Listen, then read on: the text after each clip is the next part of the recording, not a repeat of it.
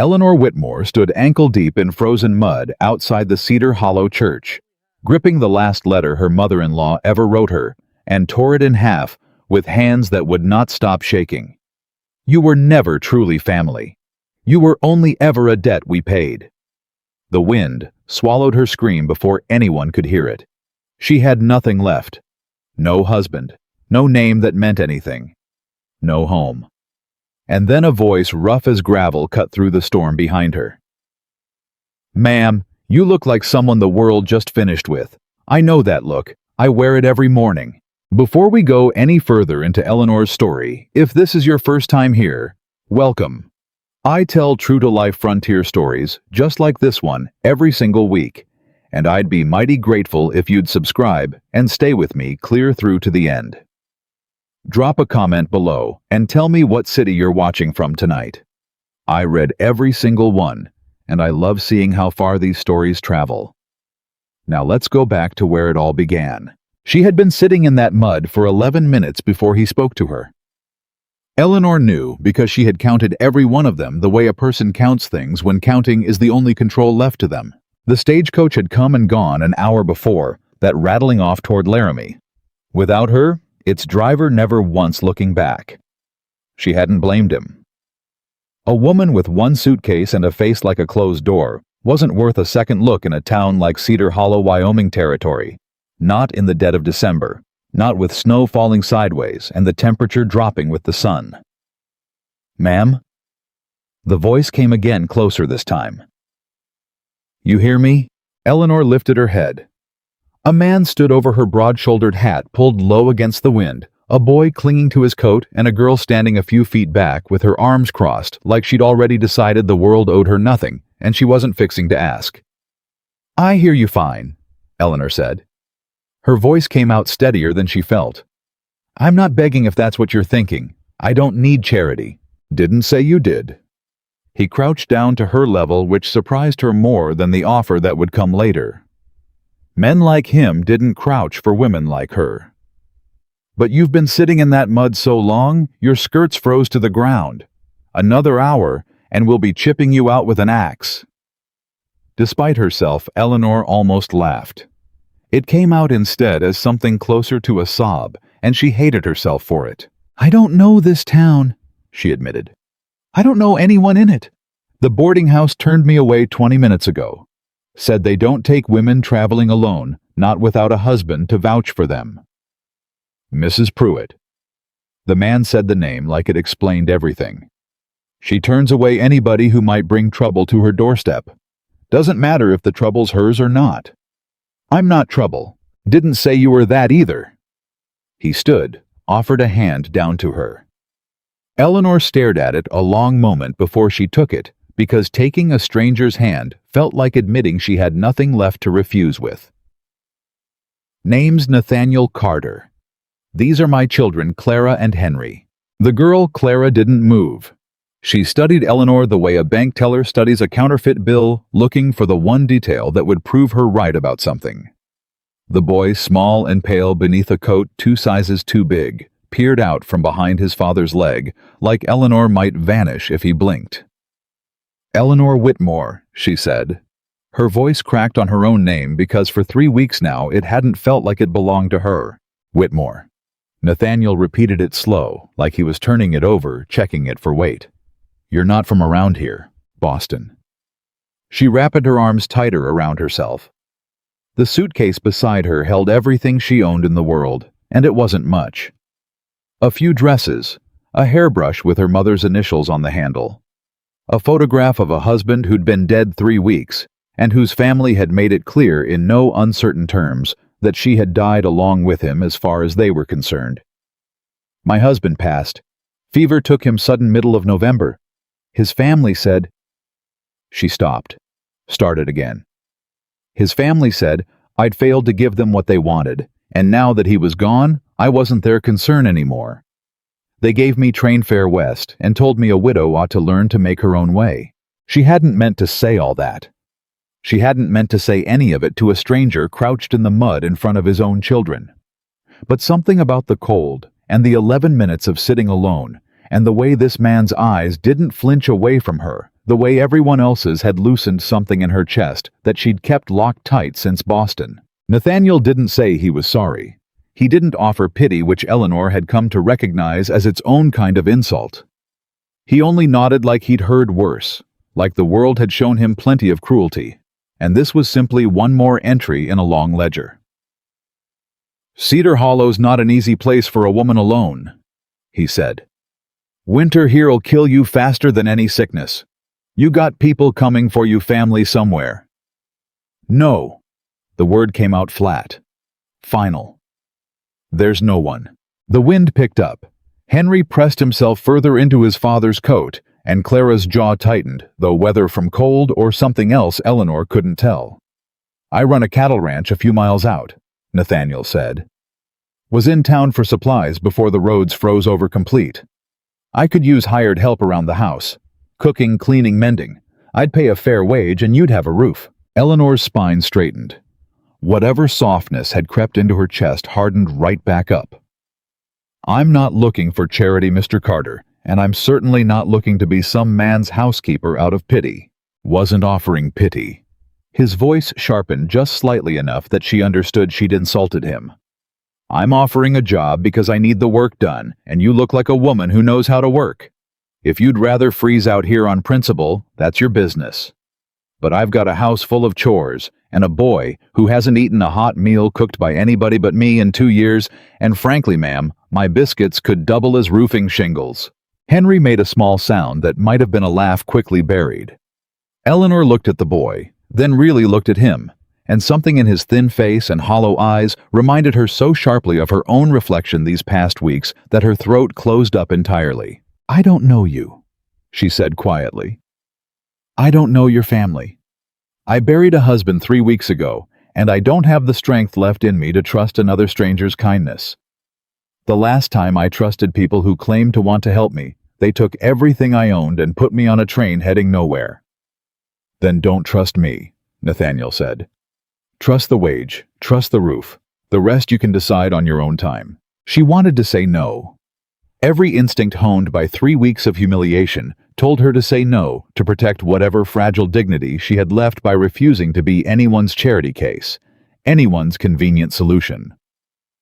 But the sun was dropping fast behind the mountains, and Mrs. Pruitt's boarding house had already turned her away once, and the coins in her coat pocket wouldn't buy her a week's lodging, even if someone would take them. "1 week," she said finally.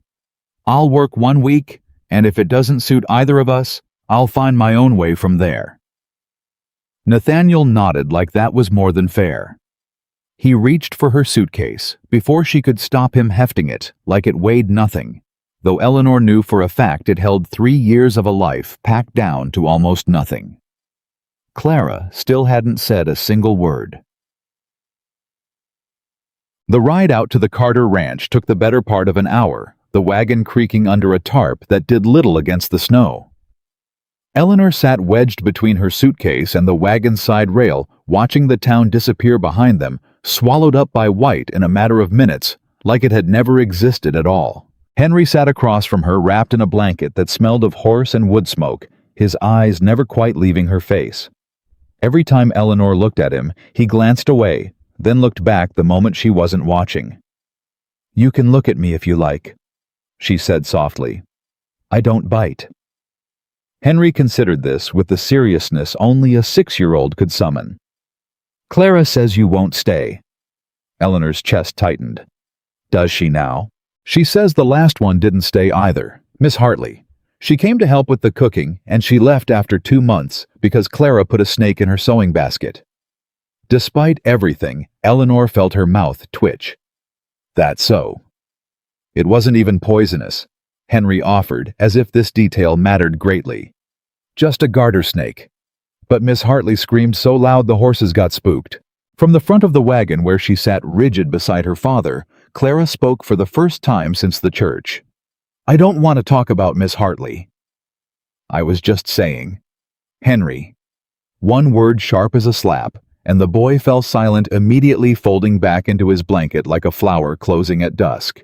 Eleanor studied the girl's back, the stiff set of her small shoulders, the way she held herself like an adult, carrying burdens no 10-year-old should carry. She recognized that posture. She'd worn it herself these past 3 weeks, the posture of someone who has learned that softness gets punished, and so has decided never to be soft again. "I'm not here to replace anyone," Eleanor said loud enough for Clara to hear over the wind. "Not Miss Hartley, not anyone else who came before. I'm only here to help with the house, and if that's not wanted, I gave your father my word it'd only be a week." Clara didn't turn around. "Good," she said, "because it won't be." Nathaniel's jaw tightened, but he said nothing, keeping his eyes on the road ahead. And Eleanor understood in that silence just how many times he'd already had this exact conversation with his daughter, and how tired he was of losing it. The Carter ranch house sat low against the horizon smoke, curling weak from a chimney that had clearly gone untended too long. Eleanor took in the sagging porch step, the shutter hanging by one hinge, the general air of a place that had once been cared for and now was only being survived in. Inside wasn't much better. Dishes sat stacked in a basin gone cold. A layer of dust coated the mantel above a cold hearth. The kind of neglect that came not from laziness, Eleanor understood immediately, but from grief so heavy it left no room for anything else. "It's not much," Nathaniel said, setting her suitcase down just inside the door. "Been meaning to get to some of this, just haven't had the hands or the time." "How long has it been?" Eleanor asked. "Since their mother?" 3 years this spring." He didn't elaborate, and Eleanor didn't push. Some griefs a person carried in private, no matter how plainly they showed on the walls of a house. She set to work before she'd even taken off her coat, because working was the only thing that had kept her upright these past weeks, the only thing that quieted the voice in her head that whispered she was worthless, unwanted, a debt already paid and discarded. She scrubbed the basin. She swept the floor. She found flour and lard in the pantry and had biscuits rising within the hour, the smell filling the small house for the first time in what Eleanor suspected was longer than 3 years. Henry hovered near the kitchen doorway the entire time, watching her with the same unblinking attention he'd shown in the wagon. Clara disappeared upstairs the moment they arrived and did not come back down. "She'll come around," Nathaniel said, appearing in the doorway with an armload of firewood. "Give her time." "I'm not asking her to come around to anything." Eleanor wiped flour from her hands. "I told you, 1 week." But even as she said it, she wasn't certain she believed it herself.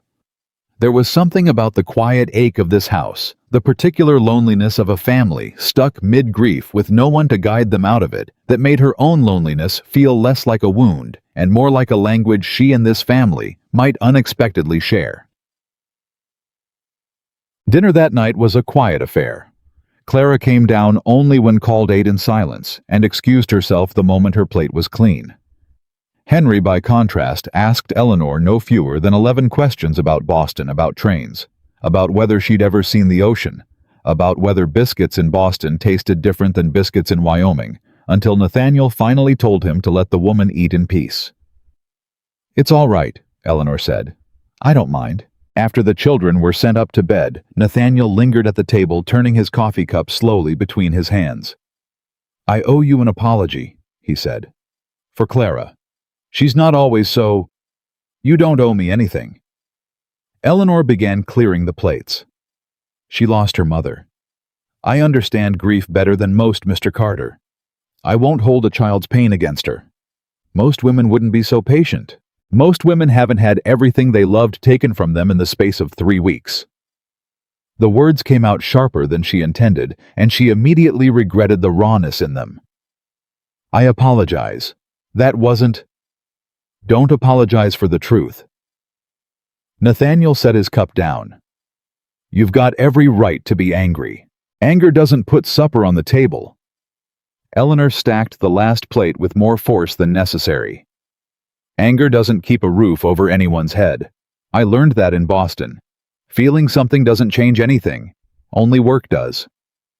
Nathaniel watched her for a long moment, something unreadable passing behind his eyes. "That's a hard way to live." "It's the only way I know how these days." The week passed faster than Eleanor expected, each day filled with enough labor that she fell into bed too exhausted to dwell on the wreckage of her old life. She mended curtains. She reorganized the pantry. She taught Henry his letters in the evenings, the boy proving quicker with his numbers than his words, delighting in every small victory, like it was a grand achievement. Clara remained distant, though Eleanor noticed small things, the girl lingering a moment longer at the table, before excusing herself, the way she'd taken to reading in the front room, instead of hiding upstairs close enough to overhear Eleanor and Henry's lessons, without ever admitting she was listening. On the 5th day, disaster struck in the form of a fever that swept through Henry overnight, leaving him flushed and shaking, too weak to lift his own head from the pillow. Nathaniel was 2 days out checking fence lines in the northern pasture, snowed in past any hope of quick return, and Eleanor found herself alone in a house with a sick child and a girl who watched her with wary, frightened eyes. "Is he going to die?" Clara asked, standing in the doorway of Henry's room, her adult composure cracking for the first time since Eleanor had arrived. "Like Mama?" "No." Eleanor said it with more certainty than she felt, wringing a cool cloth and pressing it to Henry's forehead. "It's a fever, Clara. Fevers break. I need your help, though. Can you fetch me the willow bark from the pantry, the dried strips in the tin on the top shelf?" For a moment Clara didn't move, frozen by fear too large for her small frame to hold. "Clara." Eleanor kept her voice steady, calm, the voice of someone who refused to let panic take root in a room that already held enough of it. "I need you, right now. Can you do this for your brother?" Something shifted in the girl's face. She turned and ran, returning minutes later with the tin clutched to her chest, breathless. "Good girl." Eleanor steeped the bark in hot water, coaxed the bitter tea between Henry's cracked lips, a spoonful at a time, while Clara hovered at the bedside, gripping her brother's small hand, like she could will the fever out of him through sheer force of love. They stayed like that through the night, the two of them trading off cool cloths and prayers, neither said aloud. Until sometime near dawn, Henry's fever broke, and he slept finally peacefully, his breathing even for the first time in hours. Clara wept, then silent tears.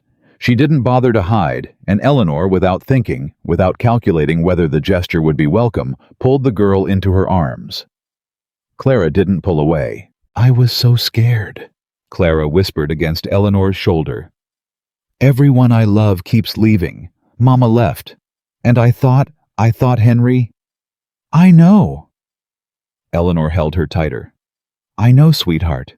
But he's here. He's still here. You're going to leave too, though. You said 1 week. Eleanor closed her eyes.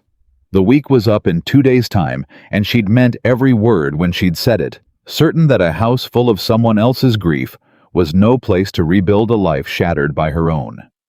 But looking down now at Clara's tear-streaked face, at Henry's peaceful sleep, at the small, fragile family this house had barely managed to hold together, Eleanor found she could not in good conscience say yes. "I don't know," she admitted, and it was the most honest thing she'd said since stepping off that stagecoach. "I truly don't know." Nathaniel returned 2 days later to find his son recovered, his daughter softer than she'd been in months, and a woman he'd hired for 1 week now, uncertain whether she could bring herself to leave. "She saved him," Clara told her father the moment he walked through the door, before Eleanor could say a word. "Papa, she saved Henry. She didn't leave. She stayed up all night, and she didn't leave." Nathaniel's eyes found Eleanor's across the room. Something complicated moving behind them. Gratitude, certainly, but something else too, something that looked almost like the beginning of hope, the kind he'd stopped allowing himself years ago. "Your week's up tomorrow," he said quietly, once the children had gone to check on the horses. "I know. You planning on going?" Eleanor twisted her apron between her hands. "I don't have anywhere to go, Mr. Carter. I told you that from the start. That's not what I asked." She looked up at him, this stranger who'd found her half frozen in the mud a week ago, and offered her the first honest kindness she'd received since her husband's death. She thought of Boston, of the family that had discarded her like spoiled meat, of the boarding house that turned her away, of a world that had made abundantly clear it had no place for a woman alone. And she thought of Henry's fever breaking in her arms, of Clara weeping against her shoulder, finally letting someone close enough to catch her. "I don't know how to be anyone's mother," Eleanor said. "I never had children of my own. I don't know the first thing about raising them, about being what this family needs. Nobody knows that going in. Nathaniel took a step closer. I sure as hell didn't, and I've had 6 years of practice failing at it. But you sat up 2 nights with a sick boy who isn't yours, and you held my daughter while she cried for the first time in 3 years, and if that's not knowing how, I don't know what is. Eleanor felt something crack open in her chest. Some wall she'd built brick by brick since the day her husband died, since the day his family had made her feel like less than nothing. "What are you asking me, Mr. Carter?" Nathaniel was quiet for a long moment, the fire popping softly in the hearth behind him. The sound of Clara's laughter drifting faint from the barn, where she and Henry were tending to the horses. "I'm not asking for love," he said finally. "I know that's not something a person can ask for, not honest. But I've got a ranch that's falling apart, and 2 children who need a mother more than they need anything else in this world, and you've got nowhere else to be. And if I'm not mistaken, nowhere else you particularly want to be either." "That's not a proposal, Mr. Carter. That's a business transaction. Then let's call it what it is." His voice was steady, direct, none of the softness that usually colored a man's courting. "I'm offering you a marriage, not romance, not some fairy tale you had before and lost. A partnership. You'd have my name, my protection, a home nobody can take from you again. In return, my children get a mother, and this ranch gets someone who knows how to hold a family together when it's falling apart at the seams." Eleanor's breath caught. Every practical instinct in her told her this was madness, that marrying a stranger a week after burying her husband was the kind of decision that would scandalize every person she'd ever known. But every person she'd ever known had already abandoned her, and standing in this house with its cracked shutters and its grieving children, and this steady, solemn man offering her not pity, but partnership, Eleanor understood she was being offered something she hadn't dared hope for since the stagecoach pulled away and left her alone in the snow. A place to belong. "You need a home," Nathaniel said quietly, echoing the words he'd spoken to her outside the church that first bitter afternoon. "And my children need a mother. I reckon that makes us exactly what the other one's looking for, even if neither of us planned on finding it this way." Eleanor looked past him out the window to where Clara was lifting Henry up to pet the muzzle of an old gray mare, both children laughing in a way she hadn't seen since her arrival. "If I say yes," she said slowly, "it won't be some fairy tale like you said.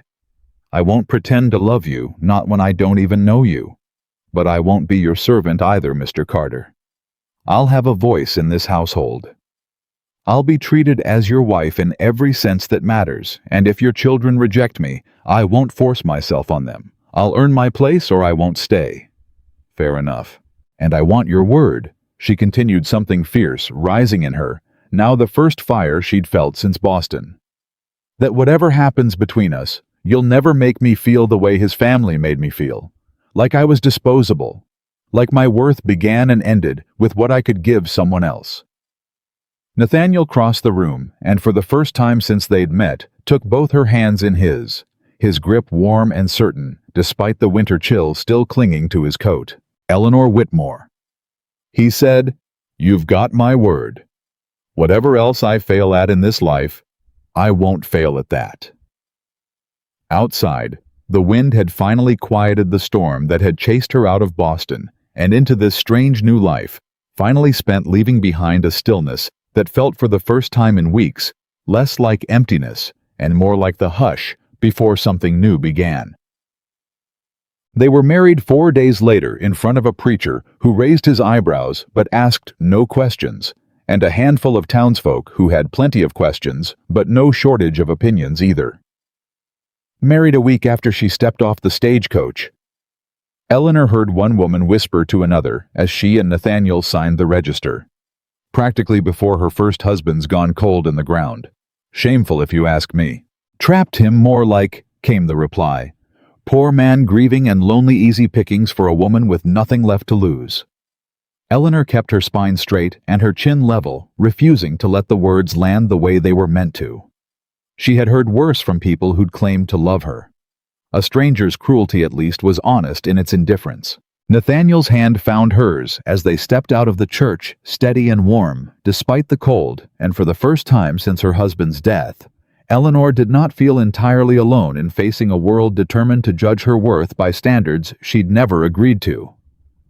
"Let them talk," he murmured low enough only she could hear. "Talk doesn't feed the cattle, and it sure doesn't raise my children. Only thing that matters now is what happens inside our own walls." Eleanor wanted to believe him.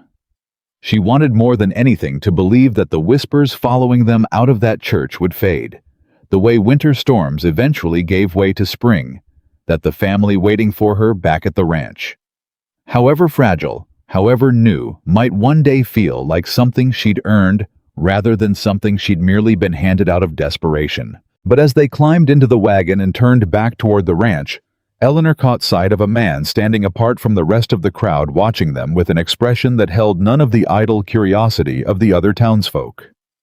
He was well-dressed, clean-shaven, his coat finer than anything else in Cedar Hollow, and his eyes, when they met Eleanor's, carried something cold and calculating that made the hair on her arms rise despite the layers of wool between her and the wind. "Who is that?" she asked quietly, nodding toward him. Nathaniel's jaw tightened, the reins pulling taut in his hands. "Charles Whitaker. Owns the spread bordering mine to the east. Wanted my land for years on account of the water rights running through it. Tried more than once to marry his daughter into my family to get his hands on it legal." And now, Nathaniel didn't answer right away. He flicked the reins, urging the horses faster, the ranch house barely visible through the falling snow ahead of them. "Now," he said finally, "he's just found out I married someone else instead." Eleanor turned to look back once more, but the crowd had already swallowed Charles Whitaker whole, leaving only the faint impression of his stare lingering in her mind, like the first cold warning of a storm not yet arrived. She did not yet know how much that stare would come to cost her. She only knew, sitting beside a husband she barely understood, riding toward children who had not yet decided whether to trust her, that whatever peace she'd found in the Carter household had been bought at a price she had not yet been asked to pay in full, and that somewhere behind them, in a fine coat and a colder smile, a man who did not like to lose was already deciding how he meant to take back what he believed should have been his. The whispers from town followed them home like a second storm, but Charles Whitaker did not wait long to make his move. 3 days after the wedding, a boy on horseback rode up to the Carter ranch carrying a folded letter sealed with wax, and Eleanor, who answered the door with flour still on her hands, took it before Nathaniel could reach it first. "For Mr. Carter," the boy said, avoiding her eyes. "Mr. Whitaker said it's important. Said he ought to read it today." Eleanor turned the letter over in her hands. Fine paper. Expensive. The kind of paper meant to remind a person exactly who could afford it and who couldn't. "You tell Mr. Whitaker that Mr. Carter received it," she said. "And you tell him his wife thanks him for the trouble of sending it."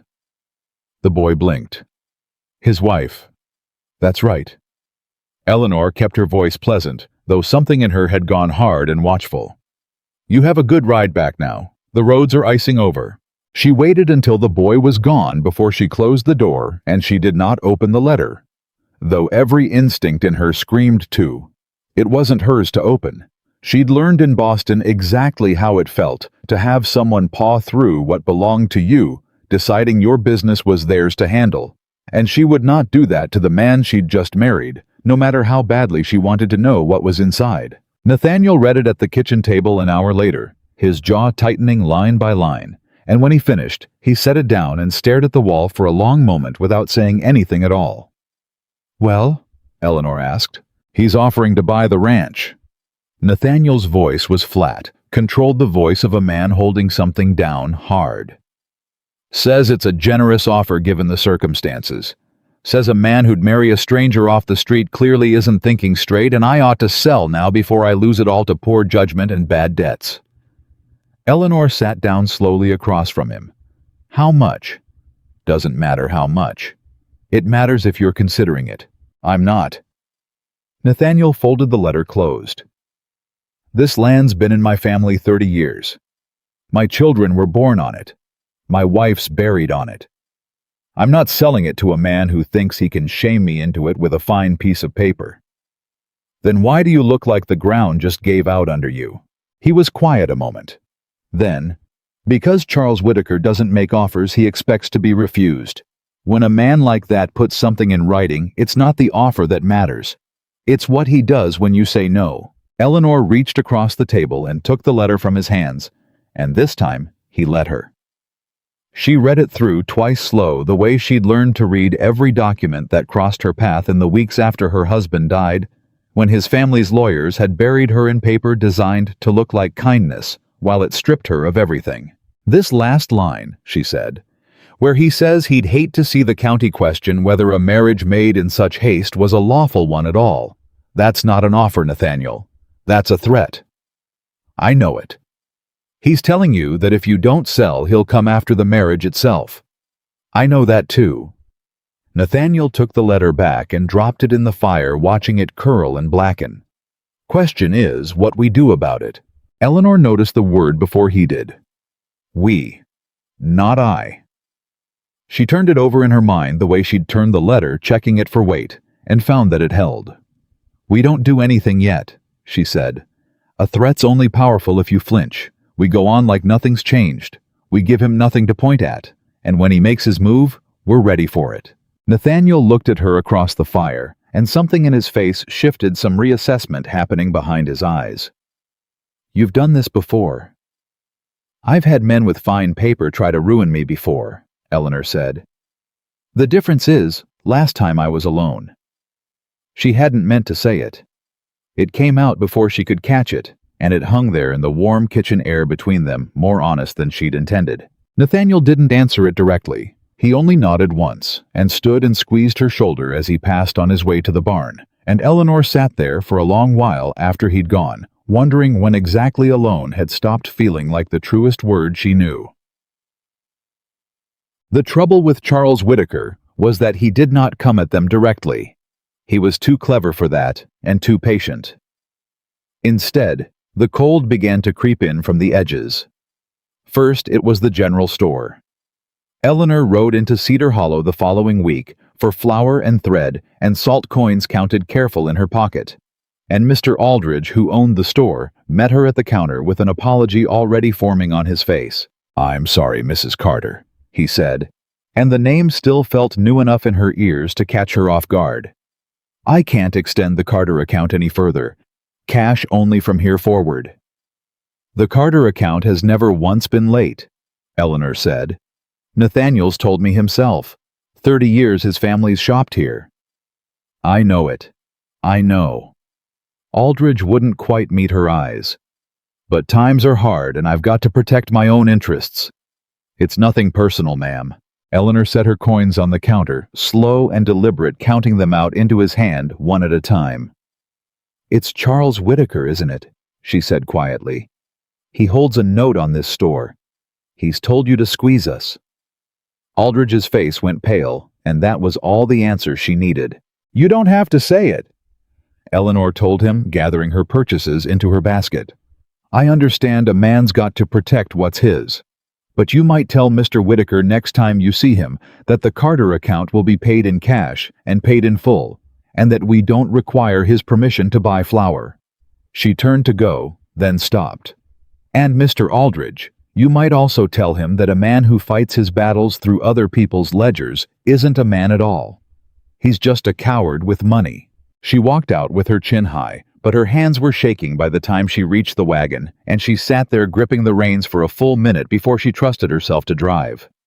It was worse than the store, though, when she got home. Clara met her at the door, her face tight and white, an envelope clutched in her small fist. "This came while you were gone," the girl said. "A man rode up and gave it to Henry, said it was for the whole family. Henry couldn't read all the words, so I read it, and then Her voice cracked. "Papa's out in the far pasture. I didn't know what to do." Eleanor took the envelope. Inside was a single sheet, and printed across it in bold type were the words, "Notice of Inquiry," followed by a paragraph of legal language she'd learned to cut through fast. Stripped of its ornamentation, it said this, that a formal question had been raised with the county regarding the validity of the marriage between Nathaniel Carter and one Eleanor Whitmore, widow of Boston, and that both parties were to present themselves before the county magistrate within 30 days to answer whether their union was lawful and made in good faith, or whether it was as alleged a fraudulent arrangement entered into for purposes of property and deception. Eleanor read it twice. Then she folded it calm and looked down at Clara's frightened face. "It's all right," she said. "It's not all right." Clara's composure, so carefully maintained since Eleanor's arrival, splintered clean through. "It says they might say you're not really married. It says a man could take Papa's land. It says—" She stopped, her lip trembling. "If you're not really married, then you're not really you'll have to leave. Won't you? They'll make you leave." And there it was. The thing the girl was truly afraid of, laid bare at last, and Eleanor understood in that moment that somewhere in the past weeks, without either of them quite noticing it happen, Clara had stopped bracing for Eleanor to leave and started dreading it instead. Eleanor knelt down right there on the porch and took the girl by both shoulders. "Clara Carter, you listen to me. I'm not going anywhere. Not because of a piece of paper, not because of Charles Whitaker, not because of anybody. Do you hear me? But if the judge says, the judge is going to hear the truth, and the truth is on our side." Eleanor said it with a certainty she was only half sure she felt, because half sure was still more than the girl had, and a frightened child needed something solid to hold on to. "I married your father in a church in front of a preacher with my own name signed in the register. That's as real as it gets, and no amount of Charles Whitaker's fine paper is going to change what's real." Clara stared at her, searching her face the way she'd searched it that first day in the church mud, looking for the lie in it. And whatever she found or didn't find made her lean forward suddenly and press her face into Eleanor's shoulder, and Eleanor wrapped both arms around her and held on. "I don't want you to leave," Clara whispered, muffled against her collar. "I know I was awful to you. I put a snake in Miss Hartley's basket, and I hoped you'd find one too, and I hoped you'd leave. And I'm sorry. I don't want you to leave anymore." "I know, sweetheart." Eleanor stroked her hair. "I know. And I'm not going to." Over Clara's shoulder, through the open door, she saw Henry standing in the front room, small and pale, having heard every word. His lower lip was trembling. "Are you going to leave too?" he asked. The same question he'd asked in the wagon that first day. The only question that had ever really mattered to him. Eleanor held out one arm, and the boy crossed the room and folded into it, and she knelt there on the porch with both children pressed against her. A family she hadn't known she wanted a month ago, now clinging to her like she was the only fixed point in a spinning world. "No," she told them both. "I'm not going anywhere, and that's a promise. I don't break my promises, not to anyone, and especially not to you two." That was how Nathaniel found them when he rode in from the far pasture. The three of them tangled together on the porch step in the failing light, and he stopped his horse a good ways off and just looked at them for a long moment before he came any closer, like a man afraid to disturb something he'd stopped believing he'd ever see again. That night, after the children were asleep, Eleanor and Nathaniel sat at the kitchen table with the notice between them and a single lamp burning low. 30 days, Nathaniel said. "He's giving us 30 days to sweat." "He's giving himself 30 days to build his case," Eleanor corrected.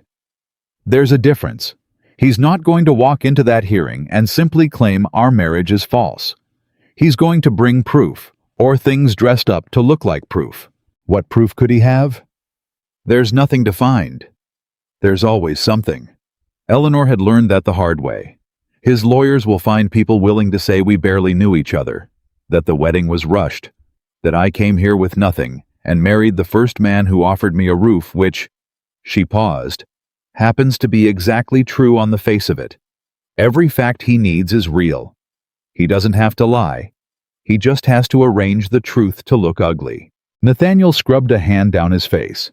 "Then how do we fight it? With a different truth." Eleanor leaned forward. "He wants to prove our marriage was made for money and convenience. So we prove it's real. Not that it started as a love match, it didn't, and lying about that would only hand him the rope to hang us with.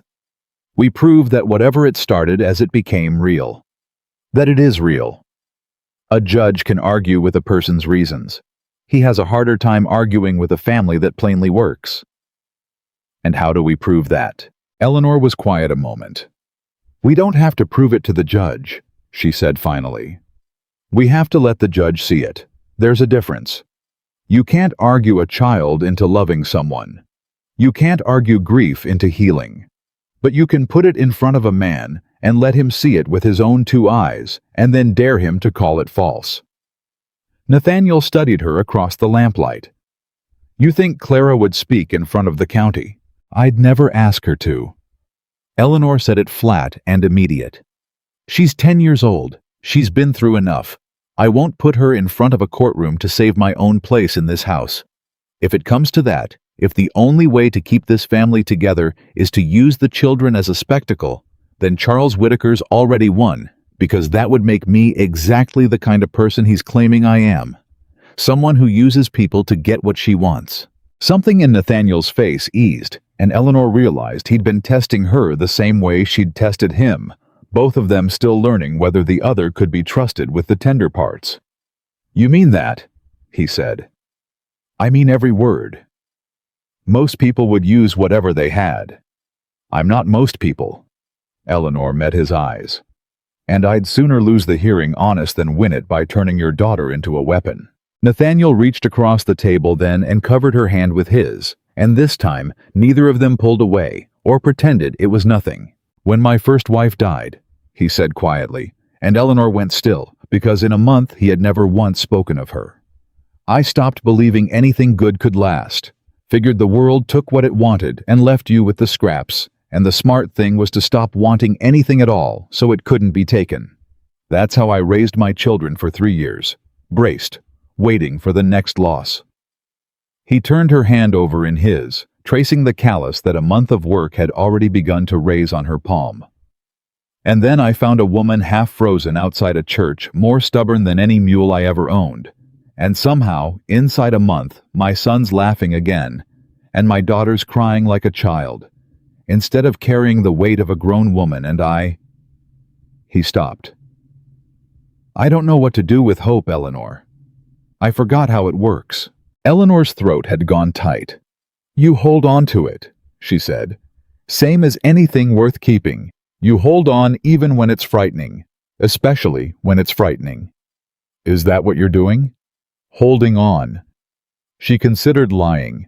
It would have been easier, but she had promised herself the day her husband's family threw her out that she would never again make herself small to make someone else comfortable, and that promise extended to the truth of her own heart. "I don't know what I'm doing," she admitted. "A month ago, I'd buried a husband and lost everything I owned, and I swore I'd never let anyone close enough to hurt me again.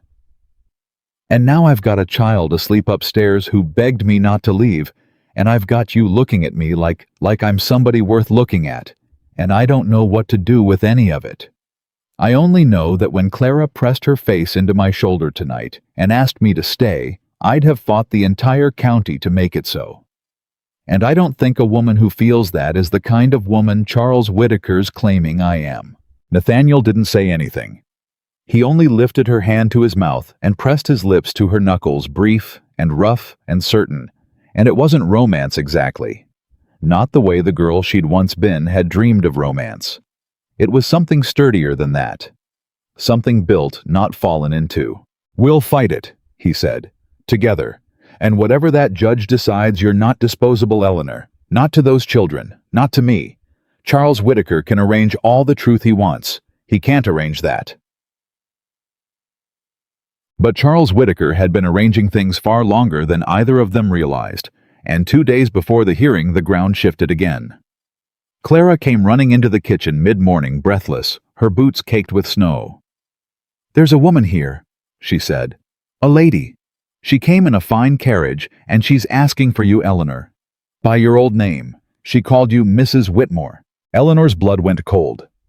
She set down the bread she'd been kneading, wiped her hands slow, and made herself walk to the door instead of run, because whatever was coming, she would meet it standing tall. The woman on the porch was perhaps 50, expensively dressed, her face powdered against the cold, and set in an expression Eleanor recognized instantly, because she had seen it worn by her own mother-in-law the day they'd put her on the train.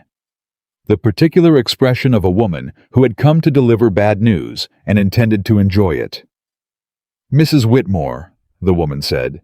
Or is it Carter now? I confess I've lost track. It's Carter, Eleanor said. And you have me at a disadvantage. I don't know you. No, but I know a great deal about you. The woman smiled thin and cold. My name is Prudence Whitaker. Charles is my brother. I've come all the way from Cheyenne to attend your little hearing, and I thought it only fair to warn you what you're walking into one woman to another. How kind. I do try. Prudence's eyes traveled over Eleanor, over the flower on her apron, and the calluses on her hands, cataloging, appraising, finding her wanting. I made some inquiries in Boston. Your late husband's family were most forthcoming. It seems you have a history, Mrs. Carter, of attaching yourself to men of means, and being cast off when you prove, how did they put it, barren and burdensome. They were quite eager to share their opinion of you. They'll be sending a written statement to the magistrate, in fact, all about how you married their son for his money and gave nothing in return, and how they were forced at last to be rid of you before you drained the family dry. The words landed exactly where they were aimed, in the deepest, rawest wound Eleanor carried, and for a moment the porch seemed to tilt under her. Barren and burdensome. The exact words. She had never told a soul in Wyoming. Those words had barely let herself think them. And here they were on a stranger's lips, dragged 1,500 miles to be used against her. But standing in the doorway behind Eleanor, unnoticed by Prudence Whitaker, Clara had heard every word. And it was Clara who spoke. That's a lie. Prudence blinked, looking down at the girl, as though a piece of the furniture had objected. I beg your pardon. You said she gives nothing. Clara stepped forward past Eleanor, planting herself square in the doorway, with her small fists clenched at her sides and her chin thrust out exactly the way Eleanor's did when she was refusing to be made small. That's a lie. She sat up 2 whole nights when Henry had the fever and everybody else was gone. She taught him all his letters. She braids my hair and she doesn't pull. She stayed when everybody else left. So whatever those people in Boston told you, they're liars, and you're a liar for saying it, and you can get off our porch. The silence that followed was absolute. Eleanor stared down at the top of Clara's head, at this fierce, furious child defending her with a 10-year-old's whole heart, and felt something break open in her chest that had nothing to do with Prudence Whitaker's cruelty, and everything to do with the fact that a month ago this same girl had told her, "You are not my mother," and meant it. Prudence recovered her composure, but not before Eleanor saw the flicker of uncertainty cross her face. The child's been coached, of course, she said. How predictable. She hasn't been coached in anything, Eleanor said quietly. You're looking at exactly what you came to disprove, Miss Whitaker, and you can't even see it. You came here to tell me I give nothing and take everything. But that child just defended me with her whole heart, and no one taught her to. No one told her to. She did it because she wanted to. Eleanor put her hand on Clara's shoulder steady. You can take your brother's money and your Boston letters and your fine carriage and go. We'll see you at the hearing, and you can bring every ugly word anyone ever said about me, and I'll still be standing here afterward in my own home with my own family, because the truth you can't arrange is standing right here in this doorway, looking you in the eye. Prudence Whitaker's mouth thinned to a hard line. She had come to wound, and she had. But she had not come expecting the wound to be answered, and Eleanor watched her recalculate, watched her realize that whatever she'd been promised about a desperate broken woman, she could frighten off with a few cruel words. The reality standing in the doorway was something else entirely. We'll see, Prudence said at last, gathering her skirts. We'll see how brave you feel when the magistrate reads what Boston has to say about you. She swept back to her carriage, and Eleanor stood in the doorway, with her hand on Clara's shoulder, and watched her go, and did not let the girl see how hard her heart was pounding. But when the carriage had disappeared down the road, Clara looked up at her, and her fierceness had melted back into a child's uncertainty. Is it true? She asked softly. What she said, that your other family sent you away, that they said you were that word. Eleanor knelt down. She had promised herself never again to make herself small, but she had also learned this past month that there were harder and braver things than pride, And one of them was letting a child see you honest. Yes, she said. It's true. My husband died and his family decided I wasn't worth keeping, and they said cruel things, and they put me on a train and they sent me away. That part's all true, Clara. I won't lie to you about it. Clara's eyes filled. That's the meanest thing I ever heard. It felt that way too. Eleanor tucked a strand of hair behind the girl's ear. But here's the part they got wrong, sweetheart. They thought getting rid of me was them winning something. And instead it put me on a stagecoach to Cedar Hollow, where a man found me in the snow and asked me to stay, and where a girl I'd never met turned out to have more courage in her whole small self than anyone in Boston ever had. So they can say whatever ugly thing they like at that hearing. It doesn't change one thing about what I have now. What do you have now? Clara asked.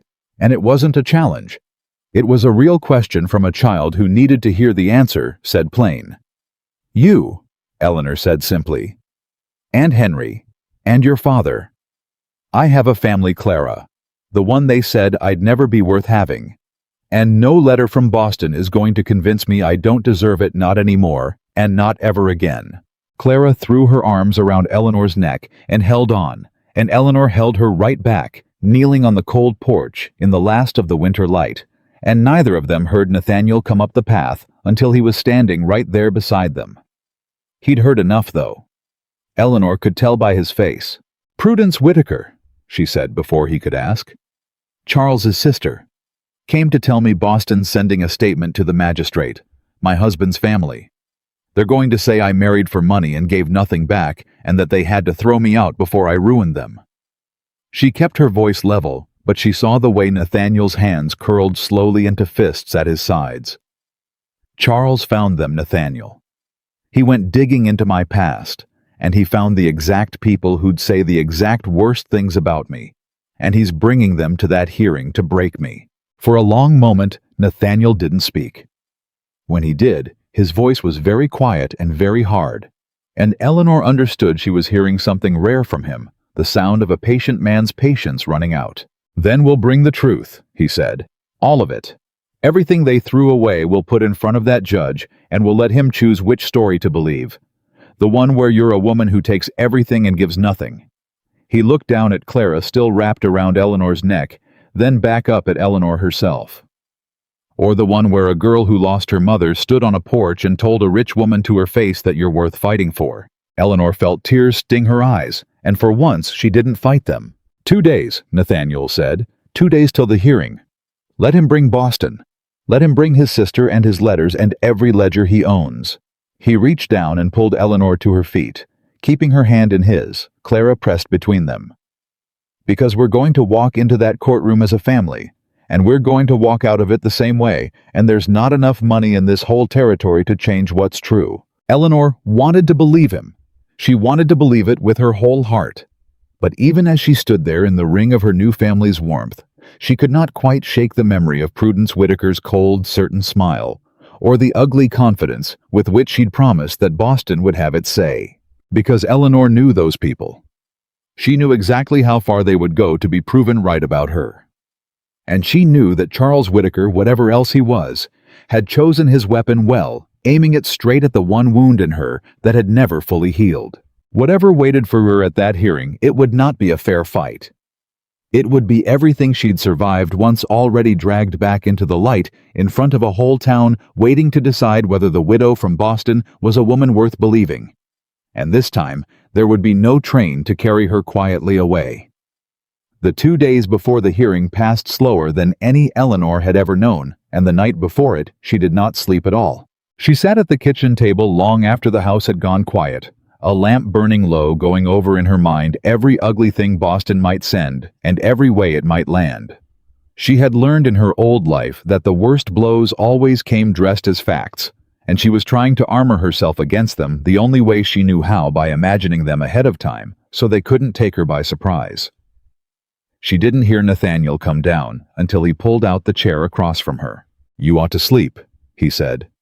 "So should you." "Can't." He set 2 cups down and poured coffee, neither of them needed. "Been lying up there staring at the ceiling trying to figure out what a man says to a judge to prove his own marriage is real. Turns out there's no words for it. It's just a thing you live. You can't hand it over like a deed. No, Eleanor agreed. You can't. They sat with that a while, the coffee steaming between them. There's something you need to know, Nathaniel said finally. Before we walk in there tomorrow. Something I never told you because it didn't seem to matter, and now I reckon it might matter more than anything. Eleanor went still. What is it? The water rights Charles wants so bad? Nathaniel turned his cup slow in his hands. They're not just valuable. They're the reason half this county has water at all. There's a creek runs down out of the hills, crosses my north pasture, and the rights to it go back to my grandfather. Anybody downstream of me, the Hendersons, the Aldridge store, half the small spreads in the valley, they all draw off that creek. And they can only do it because my family's always let them free for 30 years. It was a handshake. My grandfather's word. Never written down proper. Eleanor felt the shape of it before he finished. And if Charles gets the ranch, he owns the water, and Charles Whitaker doesn't do anything free. Nathaniel's jaw tightened. He'll charge them, or cut them off. He's been wanting that creek for years, not because he needs it, but because whoever holds it holds the whole valley by the throat. That's what this is really about, Eleanor. It was never about my land. It's about the water and the power that comes with it. Eleanor sat back slowly. Then it's not only us he's coming for. No, but the others don't know it. Or they know it, and they're too scared of him to say. He holds notes on half of them, same as Aldridge. They can't afford to cross him. Nathaniel scrubbed a hand down his face. So they'll stay quiet at that hearing, every one of them, and let him paint you as a fraud, because standing up for us means standing against the man who holds their debts. And I can't blame them for it. A man's got to feed his family. Eleanor stared at the lamp flame a long moment, and something began to turn over in her mind, slow and deliberate. You're wrong about one thing, she said. You said we can't hand the truth over like a deed. But Charles can, can't he? His whole case is built on paper, ledgers, notes, letters from Boston. That's his strength. He fights with documents. She looked up. So we don't try to out-argue his documents. We bring our own. That creek, that handshake, 30 years of your family letting the whole valley drink free, that's not just a kindness, Nathaniel. That's the truth of who your family is. And if a whole valley's about to lose their water because a rich man wants to break up a marriage, then this stopped being about me the moment he filed that notice. Nathaniel frowned. You want to bring the water into it, at a marriage hearing. I want to bring the truth into it. All of it. Eleanor leaned forward, the exhaustion falling away from her, replaced by something sharper. Charles wants that magistrate looking at one small, ugly picture, a desperate widow, a rushed wedding, a man being taken advantage of. So we make the picture bigger. We make the magistrate see the whole thing. What Charles really wants, and what it'll cost every family in this valley if he gets it. A judge might not care much about whether two strangers married for love. But a judge has to live in this county too. And a judge might care a great deal about being the man who handed the valley's water to Charles Whitaker. Nathaniel was quiet a long moment, studying her across the lamplight, and slowly, something that was almost a smile touched the corner of his mouth. His family threw away something valuable when they put you on that train, he said. You know that. They thought they were throwing away a burden. Eleanor's voice was steady. Turns out they were throwing away the one person who'd fight. The county hearing was held in Cedar Hollow's largest building, which was ordinarily a meeting hall, and had been pressed into service as a courtroom for the occasion. And by the time Eleanor and Nathaniel arrived with the children, it was already near full. Eleanor understood why the moment she stepped inside. This was not a private matter. Charles Whitaker had made certain of that. Word had gone all through the county that the Boston widow who'd trapped Nathaniel Carter was to be put on trial, and half the town had turned out to watch, some out of concern, most out of the simple hunger for spectacle that lived in people everywhere. She felt their eyes land on her the moment she walked in. Felt them weighing her, appraising her the same way Prudence Whitaker had on the porch. She kept her chin level and her hand in Nathaniel's and walked to the front of the room like she had every right to be there because she did. and because she had learned that the surest way to be treated like something to be pitied was to walk in looking like it. Charles Whitaker was already seated at a table near the front, his sister beside him, a lawyer in a fine gray suit arranging papers between them. He looked up as Eleanor passed, and he smiled at her, small and certain, the smile of a man who has already counted his winnings. Eleanor did not give him the satisfaction of looking away. She held his gaze until he broke it first. The magistrate was a heavy-set man named Judge Pruitt, gray-whiskered and slow-moving, with the tired eyes of a man who had settled too many disputes between neighbors who used to be friends. He called the room to order, and the noise settled into an uneasy quiet, and the thing Eleanor had been dreading for 30 days began. Charles's lawyer spoke first. He was smooth, unhurried, and he built his case exactly the way Eleanor had known he would not, with lies, but with truths arranged to wound. "Your Honor, the facts are not in dispute," he began. On the 14th of December, Eleanor Whitmore, a widow of 3 weeks, arrived in Cedar Hollow with no money, no prospects, and nowhere to live. Within 7 days, 7 days. Your Honor, she had married Nathaniel Carter, a man she had never before met, a man who happens to own one of the most valuable parcels of land in this county. We do not allege that Mr. Carter is a bad man. We allege that he is a grieving, lonely man who was taken advantage of by a woman with nothing to lose and everything to gain. And we ask this court to recognize that such a union made in such haste for such transparent reasons is not a marriage at all. It is an arrangement, a fraud, and the property it was designed to secure ought not to be protected by it. A murmur went through the room.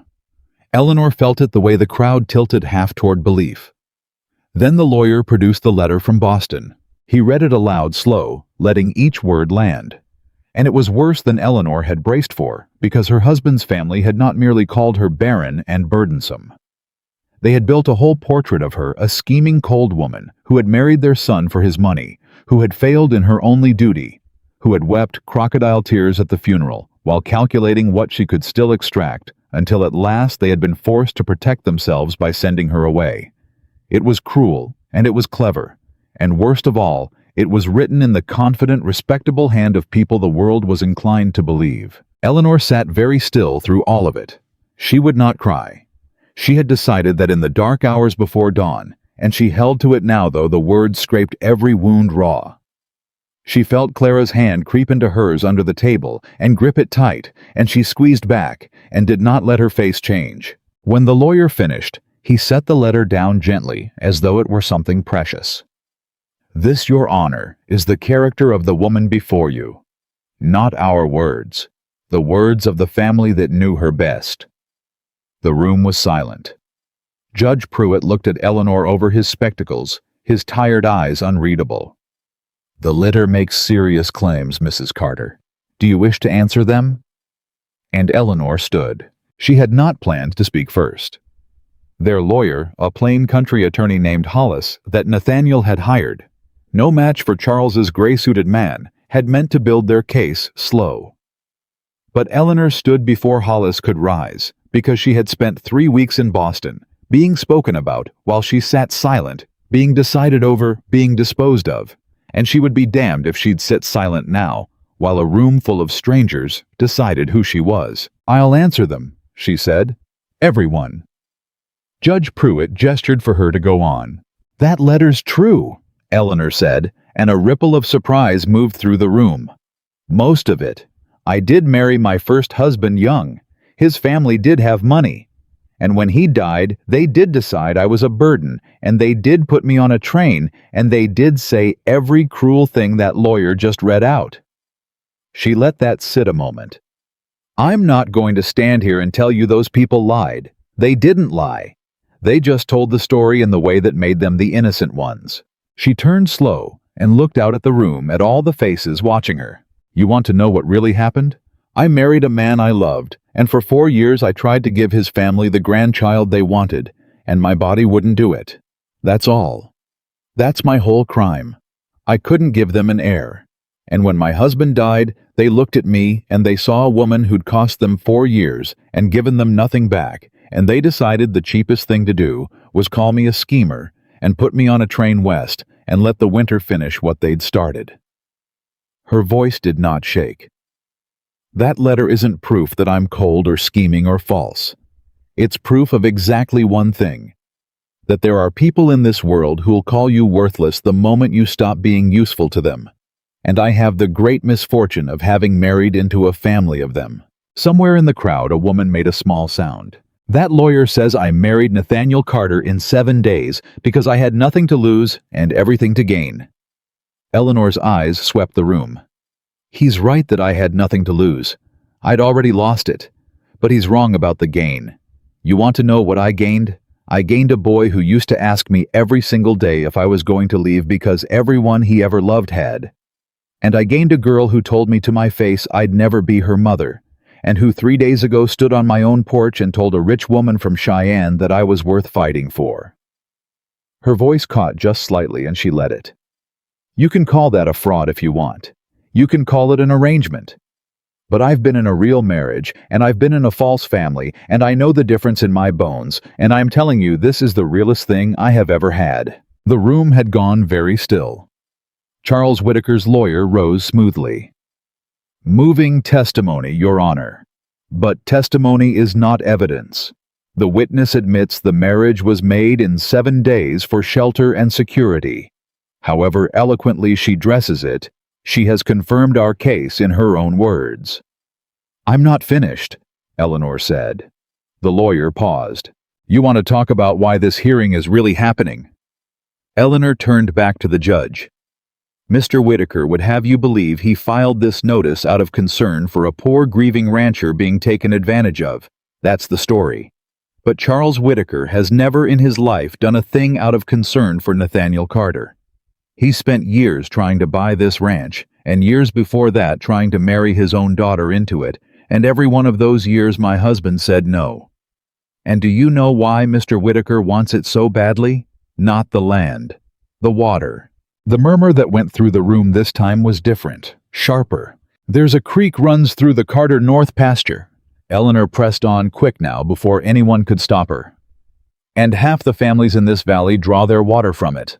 The Hendersons, the Aldridge store, the Coopers, the Vances, every small spread from here to the county line. They've drunk from that creek free for 30 years because the Carter family gave their word it'd stay free. A handshake. Nathaniel's grandfather's promise, kept by his father, kept by him."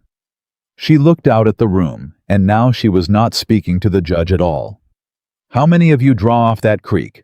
How many of your children drink from it right now?" A silence, and then slowly a hand near the back went up. Then another, then several. "Charles Whitaker doesn't want that water because he needs it," Eleanor said.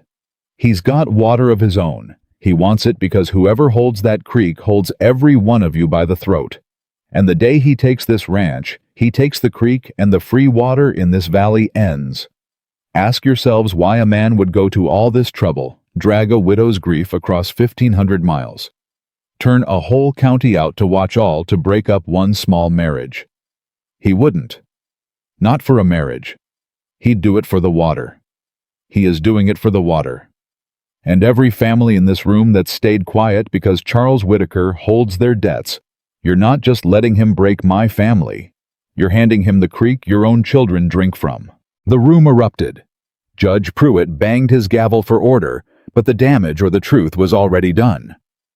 Eleanor could see it moving through the crowd, could see people turning to whisper to their neighbors, could see the exact moment the spectacle they'd come to watch turned into something that concerned them directly.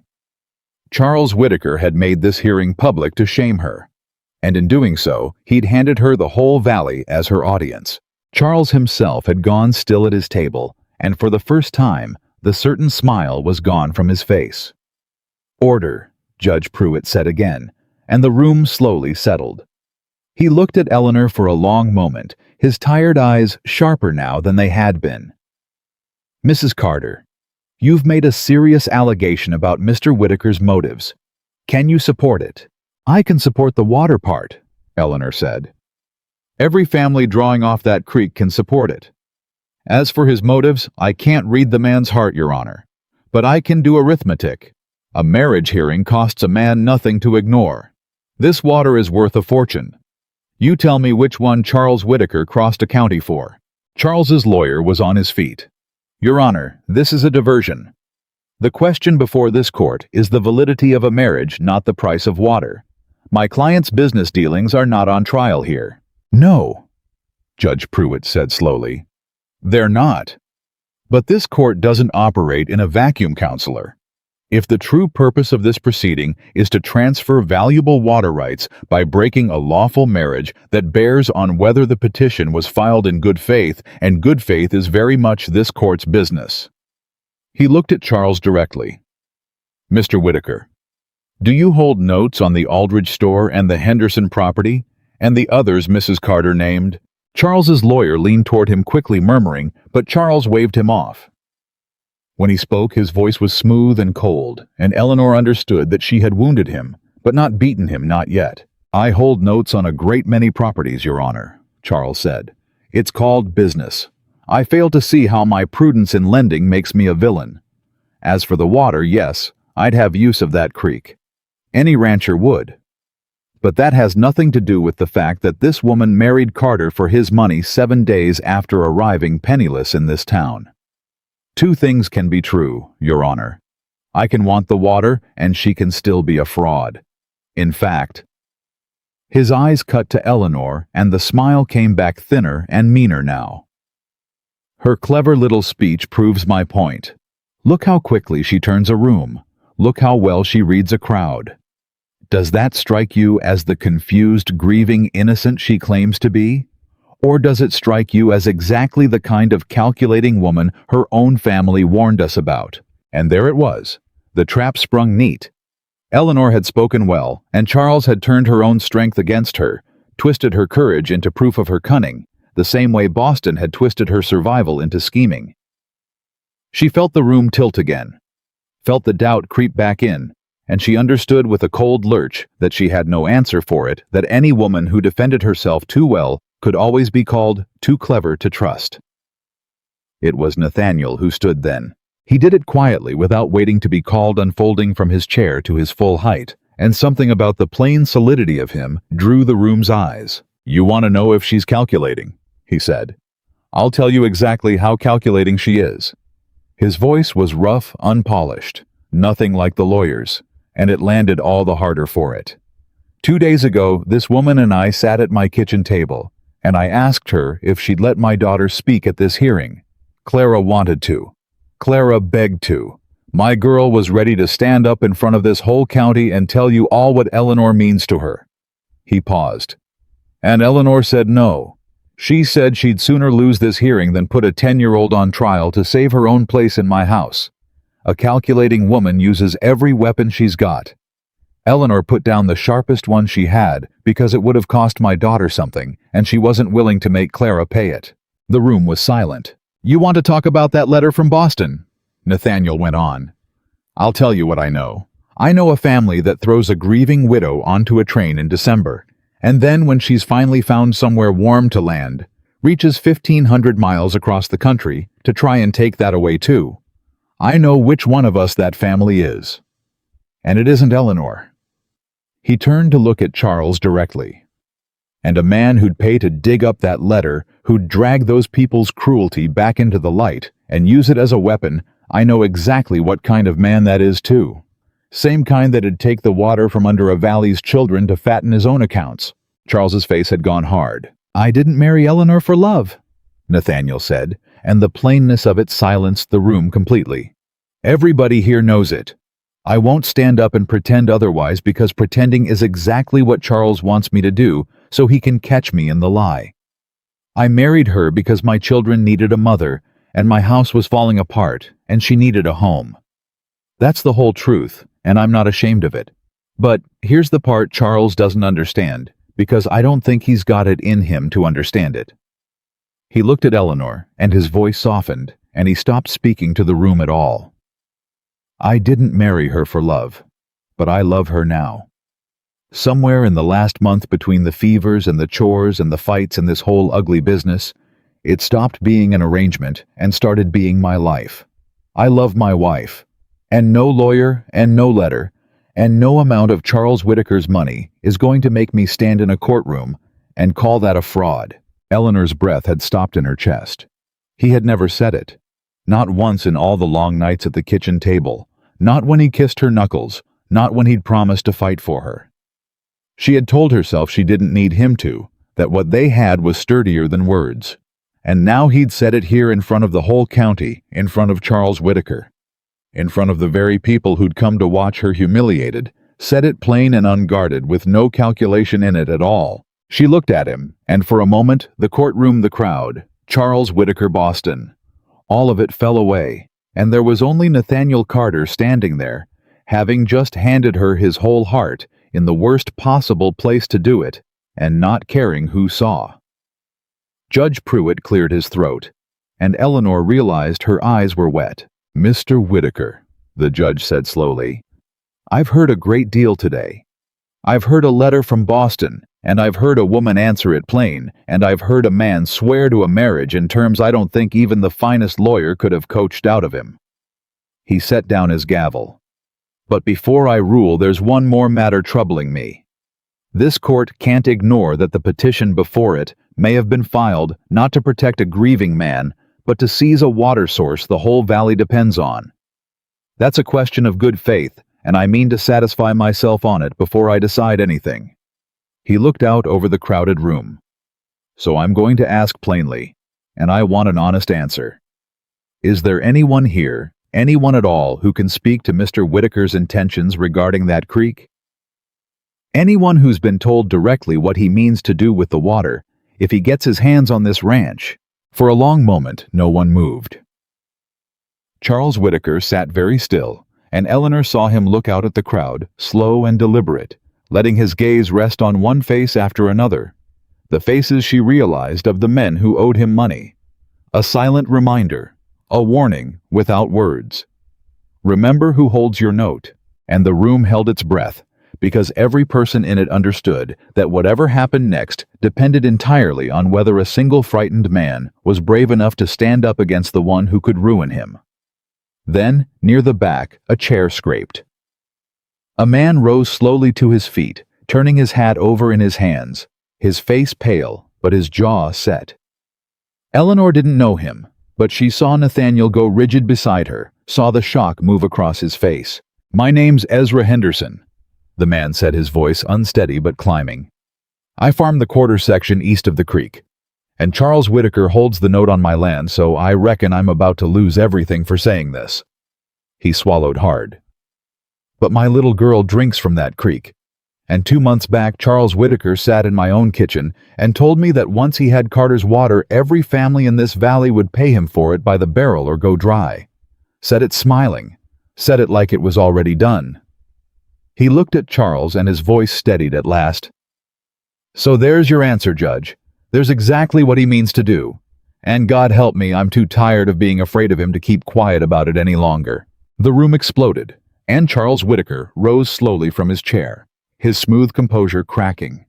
At last, his face white with a fury he could no longer hide. And Eleanor understood in that instant that the careful trap he'd spent 30 days building had just begun in front of the whole county to close on the man who'd set it. Judge Pruitt hammered the gavel until the room finally quieted, but the thing that mattered had already happened, and everyone in the hall knew it. Ezra Henderson stood in the silence. He'd made, still turning his hat in his hands, a man who had just set fire to his own future and was waiting to see how badly he'd burn. Charles Whitaker stared at him across the room with a look that promised ruin, and Henderson met it pale but unbroken and did not sit down. "Mr. Henderson," Judge Pruitt said, "you understand you've made a grave accusation, under oath if I ask it of you. Are you prepared to swear to what you just said? That Charles Whitaker told you in your own home that he intended to charge this valley for water it now drinks free?" "I'll swear to it on my mother's grave, Judge." Henderson's voice didn't waver. "He sat at my table, he drank my coffee, and he told me the water was as good as his, and that I'd best get used to paying for it. I've carried it 2 months too scared to say a word because he holds my note, and he could put my family out on the road tomorrow." He looked at Charles. "But I watched that woman stand up today and answer every ugly thing they threw at her without once lying about it. And I'll be honest, I couldn't sit there being a coward while she was braver than any man in this room, So yes, Judge, I'll swear to it. Charles's lawyer shot to his feet. Your Honor, this is an ambush. This man's testimony has no bearing on the marriage. He's clearly been put up to it. Sit down, counselor. Judge Pruitt's tired voice had gone flat and hard. I asked the question. He answered it. And I'll decide what has bearing in my own courtroom. He turned back to the room. Mr. Henderson says Mr. Whitaker made his intentions plain in a private kitchen. I'd like to know if that kitchen was the only one. Mrs. Carter named other families, the Coopers, the Vances, the Aldridge store. His gaze moved slow across the crowd.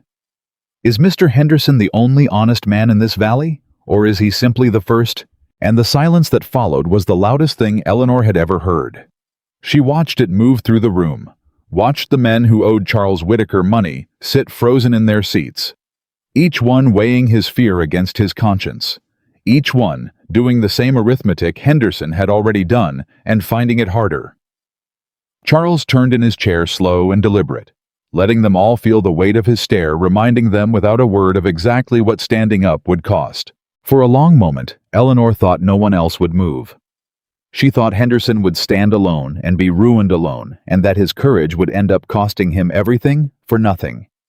Then a woman stood. She was gray-haired and plain, a shawl pulled tight around her shoulders, and her voice shook when she spoke, but she spoke anyway. Martha Cooper, she said. My husband's too sick to be here, so I'll speak for us both. Whitaker came to our place in the fall, same as Henderson says. Told my husband the free water was ending soon, and we ought to plan for it. My husband came inside white as a sheet. We've got 40 acres of cattle and no water but that creek. She lifted her chin.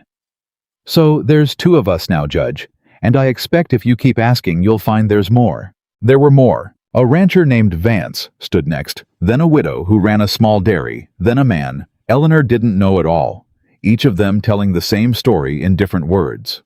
Charles Whitaker in their kitchen, Charles Whitaker at their gate, Charles Whitaker making the same cold promise that the water they'd drunk free for 30 years was about to have a price. One by one they rose, and with each one the fear in the room drained away, and something else replaced it. Something Eleanor had felt only once before, when a 10-year-old girl planted herself in a doorway and told a rich woman to get off her porch. The valley had found its spine. Charles Whitaker sat rigid through all of it, his knuckles white on the arms of his chair, and Eleanor watched the certainty bleed out of him, testimony by testimony. He had built his whole life on the knowledge that frightened people stay quiet. It had never once occurred to him that they might stop. His lawyer leaned in murmuring urgently, and Charles finally shoved back his chair and stood. This is a farce, he said, and for the first time his smooth voice had an edge of something raw underneath it. A coordinated performance. Every one of these people owes me money, Your Honor.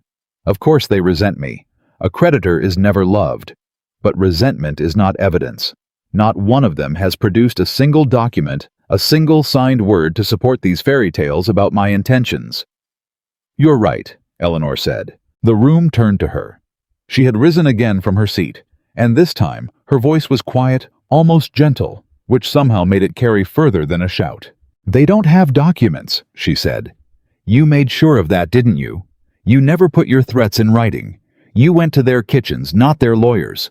You made your promises out loud where they couldn't be proven because you've spent your whole life being careful about paper. She took a step forward. But you made one mistake, Mr. Whitaker. You put something in writing to us. Charles's eyes narrowed.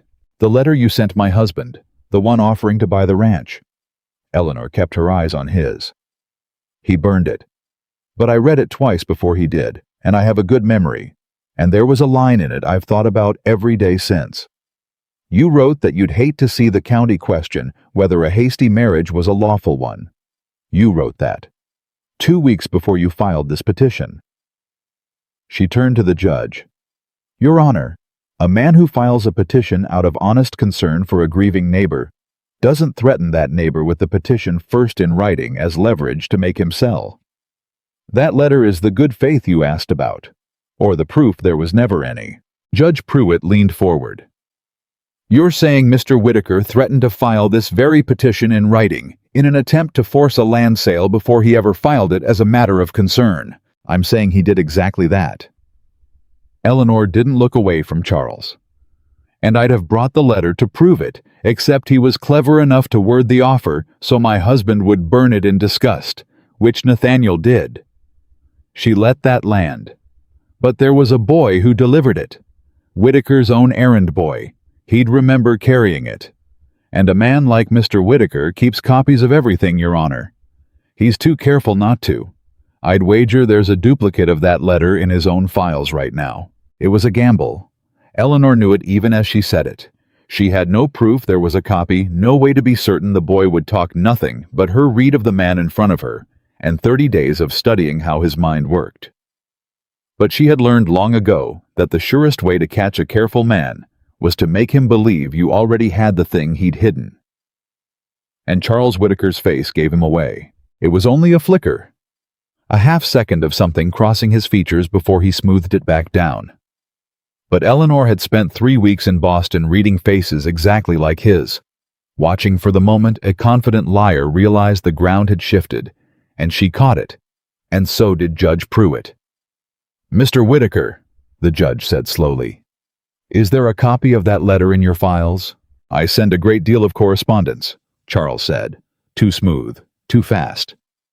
I couldn't possibly recall the contents of every... That's not what I asked. I asked if there's a copy. Charles's jaw worked. His lawyer had gone very still beside him, and Eleanor understood that the lawyer at least knew exactly what a copy of that letter would prove, and was praying his client would lie well. There may be, Charles said finally. I keep records, as any prudent man does. Then this court will see it. Judge Pruitt's voice left no room. I'll send my clerk to your office within the hour, and you'll produce every piece of correspondence between yourself and Mr. Carter, including the offer to purchase. If it says what Mrs. Carter claims, we'll have our answer about the good faith of this petition.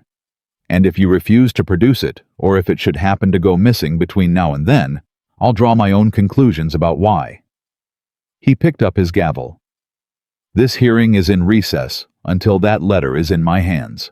The room broke into noise again, but this was a different noise, and Eleanor felt the change in it. It was the sound of a crowd that had come to watch a widow torn apart, and was slowly realizing it had watched something else entirely. They did not have to wait the full hour. Charles Whitaker's lawyer requested a private word with the judge and the two of them, and Charles disappeared into a back room, while the courtroom buzzed, and Eleanor sat with Nathaniel's hand crushing hers, and Clara pressed tight against her side, and Henry half asleep in Nathaniel's lap, and none of them said a word, because there was nothing to say that wasn't a prayer. You bluffed him, Nathaniel finally murmured low for her alone. There might not even be a copy.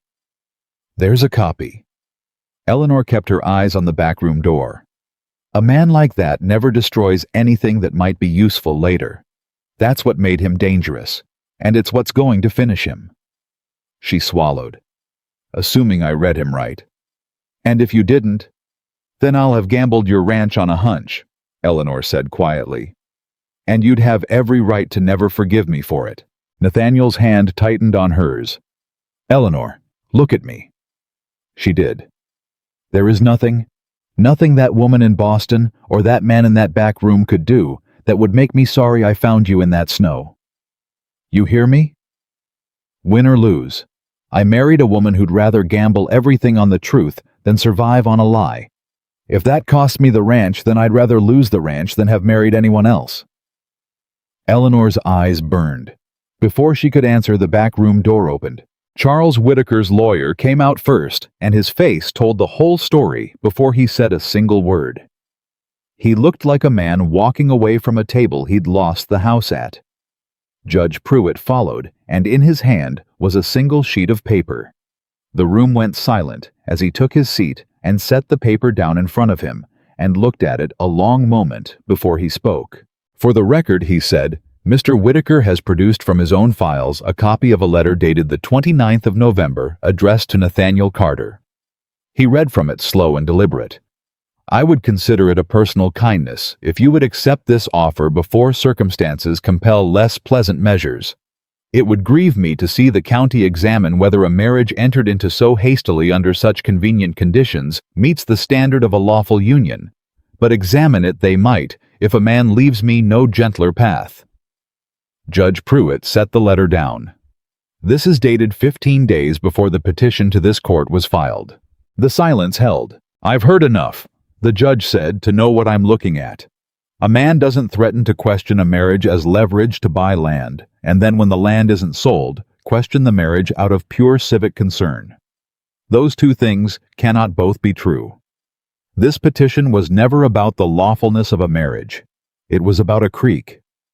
He looked at Charles directly, and his tired eyes had gone cold. You dressed a land grab up as a moral crusade, Mr. Whitaker. You dragged a grieving woman's private ruin across 1,500 miles to use as a bludgeon. You turned a whole county out to watch, thinking fear would keep them quiet. And it damn near worked. He picked up his gavel. It didn't. Charles was on his feet. Your Honor, the letter is capable of an innocent... Sit down, Mr. Whitaker. You've said quite enough. Judge Pruitt's voice cracked like a whip, and Charles for the first time in his life sat when he was told. Here is my ruling. The petition to void the marriage of Nathaniel and Eleanor Carter is denied in full and dismissed with prejudice, meaning it cannot be brought again. The marriage is lawful. It was lawful the day it was made, and it is lawful now, and this court finds no fraud in it whatsoever. Only, if I may say so, a good deal more honesty than the petitioner brought to these proceedings. Eleanor's breath left her in a rush. Clara made a small sound and buried her face in Eleanor's side. But the judge wasn't finished. As to the matter of the water, Judge Pruitt went on, that's a separate question and not strictly before me today. But this court has now heard sworn testimony from multiple witnesses that Mr. Whitaker has represented his intent to seize and monetize a water source this valley has used by long-standing custom for 30 years. That's a matter of significant public interest, and I intend to refer it to the territorial authorities for a full examination of Mr. Whitaker's lending practices and his dealings regarding that creek. He looked at Charles. You came here today to take a man's ranch, Mr. Whitaker. Instead, you've handed this court every reason to take a very close look at how you've built your fortune. I'd retain a better lawyer if I were you. You're going to need one. The gavel came down, and the room erupted. But this time it was not the hungry noise of a crowd watching a woman destroyed. It was something Eleanor had not heard aimed at her in longer than she could remember. It was the sound of people on her side. Duh. Charles Whitaker left through a side door, his sister Prudence sweeping out ahead of him with her powdered face gone gray, and neither of them looked back, and Eleanor found she had no wish to watch them go. They had come to prove she was worthless, and instead they had stood in a public courtroom and been shown in front of the whole county exactly whose worth had failed the test. But it was not the ruling that undid her. She had braced for the ruling, had let herself hope for it, had imagined the relief of it through 30 sleepless nights. What she had not braced for was Ezra Henderson. He found her in the emptying hall, still turning that hat in his hands, and he stood in front of her, looking like a man unsure whether he was owed thanks or a scolding. "Mrs. Carter," he said, "I want you to know I didn't stand up for you today. Not exactly. I stood up because I was tired of being afraid, and you showed me what it looked like to stop." He swallowed. "But I reckon Whitaker's going to call my note now out of spite, and I'll likely lose my farm for it, so I—" "You won't lose your farm," Nathaniel said. Henderson turned. Nathaniel had come up beside Eleanor Henry on his hip, Clara at his side, and his face was set in something quiet and certain. "That creek runs free," Nathaniel said. "It's run free 30 years, and it'll run free 30 more, my hand to God. But if Charles Whitaker calls your note out of spite, you come to me, Ezra. We'll find the money. The whole valley will if it comes to that. A man who stood up today when standing up cost him everything that man doesn't lose his farm. Not while there's a family in this county that drinks from that water. And after today, that's all of them." Henderson's composure finally cracked. He gripped Nathaniel's free hand and shook it hard, unable to speak, and around them the other families who'd stood, the Coopers, the Vances. All of them gathered close, and something passed between all of them in that emptying hall that had nothing to do with judges or rulings or water rights. Eleanor stood in the middle of it, this woman who 3 weeks ago had been thrown off a train and told she was worth nothing, and felt a whole valley close around her family like a wall no rich man's money could breach. It was Clara who put words to it. She tugged Eleanor's sleeve, and when Eleanor bent down, the girl whispered, fierce and certain, "They all know now. They all know you're ours." Eleanor pulled her close and did not trust herself to answer. That night back at the ranch, after the children had finally been coaxed to bed, Eleanor and Nathaniel sat at the kitchen table where so many of their hardest conversations had happened, and for a long while, neither of them spoke. The lamp burned low between them, the way it had the night he'd first told her he didn't know what to do with Hope. "You said it in front of the whole county," Eleanor said finally. "You know that. You didn't have to. You could have made the same case without ever—" "I know what I said." Nathaniel didn't look away from her. "And I meant it. I've been meaning it a while now. I just didn't have the courage to say it somewhere quiet, so I reckon it took a courtroom and a rich man trying to take everything to knock it out of me." A rueful half-smile. "Not exactly how a man dreams of saying it." "No," Eleanor agreed softly. "It isn't." "Does it change anything? Me saying it?" Eleanor looked at him across the lamplight. This man who had found her half frozen in the snow and asked her to stay, who had stood up in front of the people who came to watch her ruined and handed her his whole heart without flinching. She thought of the girl she'd been dreaming of devotion and forever, and how that girl had learned that love was a thing that got taken. And she thought of the woman she was now sitting in a warm kitchen, in a house that was hers, with 2 children asleep upstairs, who were hers across from a man who had chosen her every single day when he'd had every reason to let her go. "When I stepped off of that stagecoach," she said slowly, "I'd decided I would never love anyone again. It hurt too much to lose it. I told myself I'd take the roof and the name and the work, and I'd keep my heart locked up where nobody could get to it." Her voice caught. "And then a boy asked me every day if I was going to leave. And a girl told a rich woman to get off my porch, and a man burned a letter rather than open it because it wasn't his to read." She reached across the table and took his hand. "It changes everything, Nathaniel. It changed a while ago, and I was too much a coward to say it same as you. So I'll say it now where it's quiet and where it's just us." She held his eyes. "I love you. Not because you saved me. Because somewhere in all of this, you became the person I'd fight the whole world for. And I've never in my life had that. Not once." Nathaniel brought her hand to his mouth and pressed his lips to her knuckles, the way he had that first night. Except now it meant everything. It hadn't been allowed to mean then. "Then, we've both been cowards about the same thing," he murmured. "Seems a shame to have wasted the time." "We didn't waste it." Eleanor's thumb traced the back of his hand. "We were building it. You can't rush a thing like this. You just live it day after day until one morning you look up and it's real, and you can't remember exactly when it stopped being an arrangement and started being your whole life."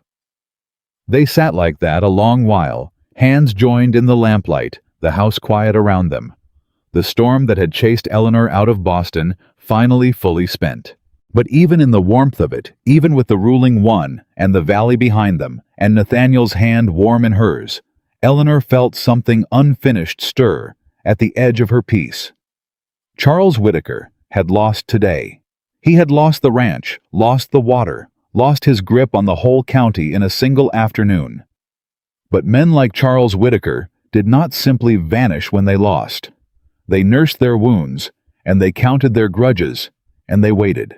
And Eleanor knew, sitting in that warm kitchen, with everything she'd ever wanted finally in her hands, that a man who had just been humiliated in front of the entire county, a man who had lost his fortune's foundation and been referred to the territorial authorities on the strength of her word, was not a man who would let it end quietly. She had won the hearing, but she had also made an enemy who had nothing left to lose and everything to avenge.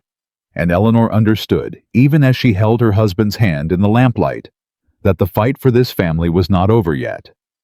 The blow Eleanor had been bracing for came 11 days after the hearing, and it did not come the way she'd expected. She'd been watching the road. Every morning since the ruling, she'd found herself glancing toward the horizon, waiting for Charles Whitaker or one of his men to ride up with some fresh piece of trouble. But the road stayed empty, and the days passed, and the ranch settled into a rhythm so warm and ordinary that Eleanor almost let herself believe it was truly over. Then the marshal came. She saw the badge before she saw the man, and her heart went cold in her chest, because in her experience, nothing that arrived wearing a badge ever brought good news.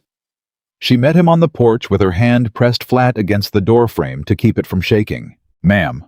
The marshal tipped his hat. He was younger than she'd expected, clean-shaven, with a serious set to his mouth. "Name's Deputy Marshal Cole Bannister, out of the Territorial Office in Cheyenne. I'm looking for Mrs. Eleanor Carter." "You've found her." Eleanor kept her chin level. "If this is about the water, my husband's out in the—" "It's not about the water, ma'am. Not directly." Bannister hesitated, and something in his hesitation frightened her more than any threat would have.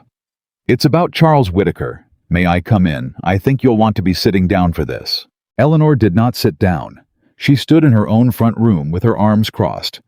Nathaniel called in from the barn to stand beside her, and she made the marshal say whatever he'd come to say, standing up, because she had learned that bad news delivered while you were seated had a way of knocking you flat, and she intended to take this one on her feet. When Judge Pruitt referred Whitaker's dealings to our office, Bannister said, "We started pulling his records, lending contracts, land transfers, water claims going back 15 years. He turned his hat slowly in his hands. "Mrs. Carter, what we found wasn't just a man being greedy about a creek. Charles Whitaker's been running the same play across 3 counties. He finds families that owe him money, waits till they hit hard times, then squeezes them into selling for a fraction of what their land's worth. He's done it to at least 40 families that we can document, probably more we can't." Eleanor's arms tightened across her chest. 40 families, at least. Some of them lost everything. A few lost more than that. Bannister's jaw worked. "There's a widow near Laramie named of Adelaide Marsh whose husband took his own life 2 years back after Whitaker foreclosed on their spread. There's a family in the next county that scattered to 4 different states when they lost their land. This man's ruined lives across the whole territory, ma'am, and he did it careful, always just inside the law, always with a signed paper to point to." He looked up at her. "Until you stood up in that courtroom and asked one simple question. Why would a man cross a county to break up a marriage? And the answer to that question is the thread that's about to unravel the whole thing." The room had gone very quiet. Nathaniel's hand found the small of Eleanor's back, steadying. "What are you telling us, Marshal?" Nathaniel asked. "I'm telling you that as of this morning, Charles Whitaker's been arrested." Bannister said it plain. Fraud. Coercion. And in the Marsh matter, we're looking hard at whether his methods rise to something worse. The territorial court's frozen his assets pending trial. Every note he holds, every debt he's used to keep this valley scared quiet is suspended while we sort out which of them were come by honest and which weren't. He paused. "Which means, Mrs. Carter, that Ezra Henderson's note can't be called. Not by Whitaker, not now. Same for the Coopers, the Vances, every family that stood up in that courtroom. The man who held them by the throat can't hold anyone anymore." Eleanor's legs went weak, and this time she did sit down, sinking onto the arm of the settee, one hand pressed to her mouth. "He's finished," she said. It came out as barely a whisper. "He's actually finished. He's finished." Bannister nodded. "And I'll tell you the truth of it, ma'am, because I think you've earned it. We'd been getting complaints about Whitaker for years. Never enough to move on. He was too careful, and everyone he'd ruined was too scared or too scattered to testify. 40 families, and not one of them would stand up because standing up meant being destroyed." He settled his hat back on his head. "Then a widow nobody in Cheyenne had ever heard of got up in a country courtroom and refused to be scared. And she asked the one question that made a judge look twice. That's what broke it open. Not our office, Not 15 years of complaints. You. Eleanor stared at him. She thought of Boston, of the family that had called her barren and burdensome and thrown her onto a train. She thought of Prudence Whitaker on her porch, so certain a broken woman could be frightened off with a few cruel words. She thought of all the years she'd spent believing what everyone had told her about her own worth. And here was a marshal from Cheyenne standing in her front room, telling her that her worthlessness had brought down a man 40 families couldn't touch. "There's one more thing," Bannister said. "The widow near Laramie, Adelaide Marsh. When word reached her that Whitaker was arrested, she asked us to carry a message in case we found the woman who'd started it." He reached into his coat and produced a folded piece of paper. "She wanted you to have this." Eleanor took it with hands that had begun to tremble again. She unfolded it. The writing was plain, unpracticed, the hand of a woman who did not write often. "They told me his name at last. I have waited 2 years to hear it said out loud in front of a judge. My husband is still gone, and nothing brings him back. But my children will grow up knowing the man who took their father from us answered for it, and they will know it was a stranger they never met who made it happen. I do not know you, but I have prayed for you every night since they told me what you did. Thank you for being brave when the rest of us couldn't.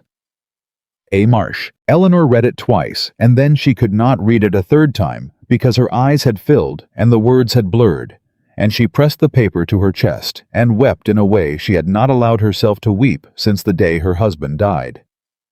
Nathaniel knelt beside her and gathered her against him, and Marshal Bannister looked away out the window, giving them what privacy the small room allowed. "I didn't do anything," Eleanor finally managed. "I was just trying to keep my family. That's all. I wasn't trying to save anyone else. I didn't even know she existed." "That's usually how it goes, ma'am," Bannister said quietly. "The people who change things generally aren't trying to change the world. They're just trying to hold on to what's theirs, and they refuse to let go. That's the whole secret of it, near as I can tell." He tipped his hat one last time. "You did a good thing, Mrs. Carter. Whether you meant to or not, I'll see myself out." The word spread through the valley faster than Eleanor could have imagined, and by the end of that week, the Carter Ranch had become something it had never been in all the years Nathaniel had owned it, a place people came. They came in wagons and on horseback, families Eleanor had seen only once in that crowded courtroom, and families she'd never seen at all. They came with pies and preserves and cured hams, with quilts and mended tools and small carved toys for the children, with the awkward, halting gratitude of people who did not have words for what they'd been given, and so brought things instead. Martha Cooper came her sick husband well enough now to sit up in the wagon, and she pressed a jar of honey into Eleanor's hands and held them a moment longer than she needed to. "We'd have lost the farm by spring," she said simply. "All of us. He had us right where he wanted us. And then you—" She couldn't finish. She just squeezed Eleanor's hands and turned away to hide her face. Ezra Henderson came with his wife and the little girl who drank from the creek, and the girl, shy and solemn, held out a fistful of dried flowers she'd gathered and kept over the winter, and Eleanor knelt down to take them like they were made of gold. "My pa says you're the bravest lady in Wyoming," the child announced. "Your pa's the brave one," Eleanor told her. "He stood up first. I only asked a question. Your pa's the one who answered it when it could have cost him everything." Henderson, standing behind his daughter, shook his head. "That's not how the valley tells it," he said. "And that's not how it'll get told to our grandchildren either. The story folks'll tell is about the Boston widow who wasn't afraid of Charles Whitaker. You might as well make your peace with it, Mrs. Carter. You're a legend now, whether you like it or not." Eleanor did not know what to do with that, so she did what she always did when she didn't know what to do. She put people to work. She had them stacking the gifts, brewing coffee, feeding children, until the awkwardness of gratitude gave way to the easy busyness of neighbors. And by afternoon, the Carter yard was full of people talking and laughing in a way Eleanor suspected it hadn't been since Nathaniel's first wife was alive. She caught Nathaniel watching her from across the yard.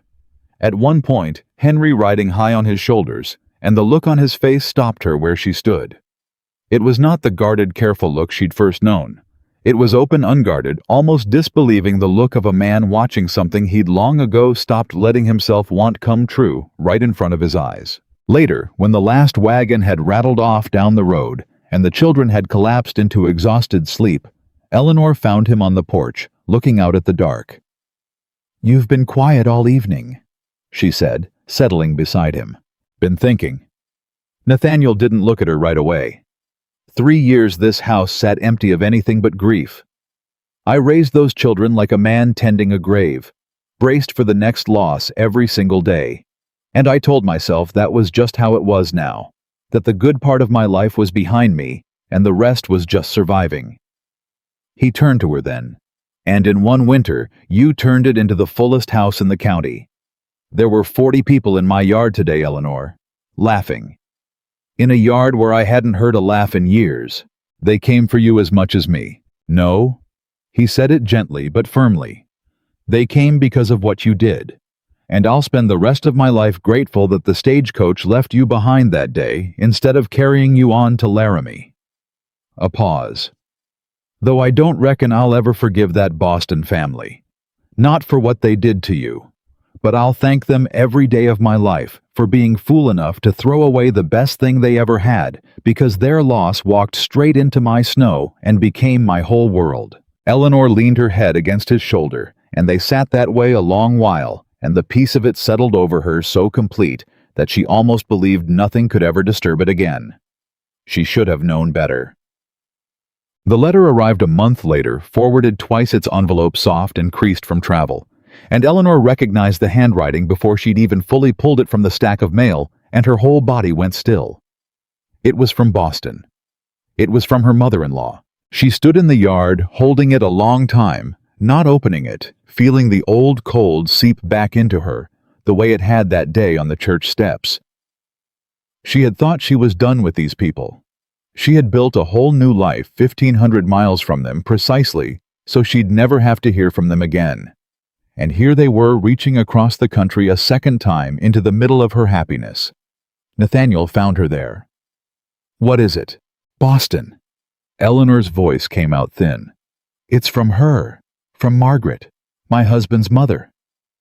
Nathaniel's face hardened. "You don't have to open it.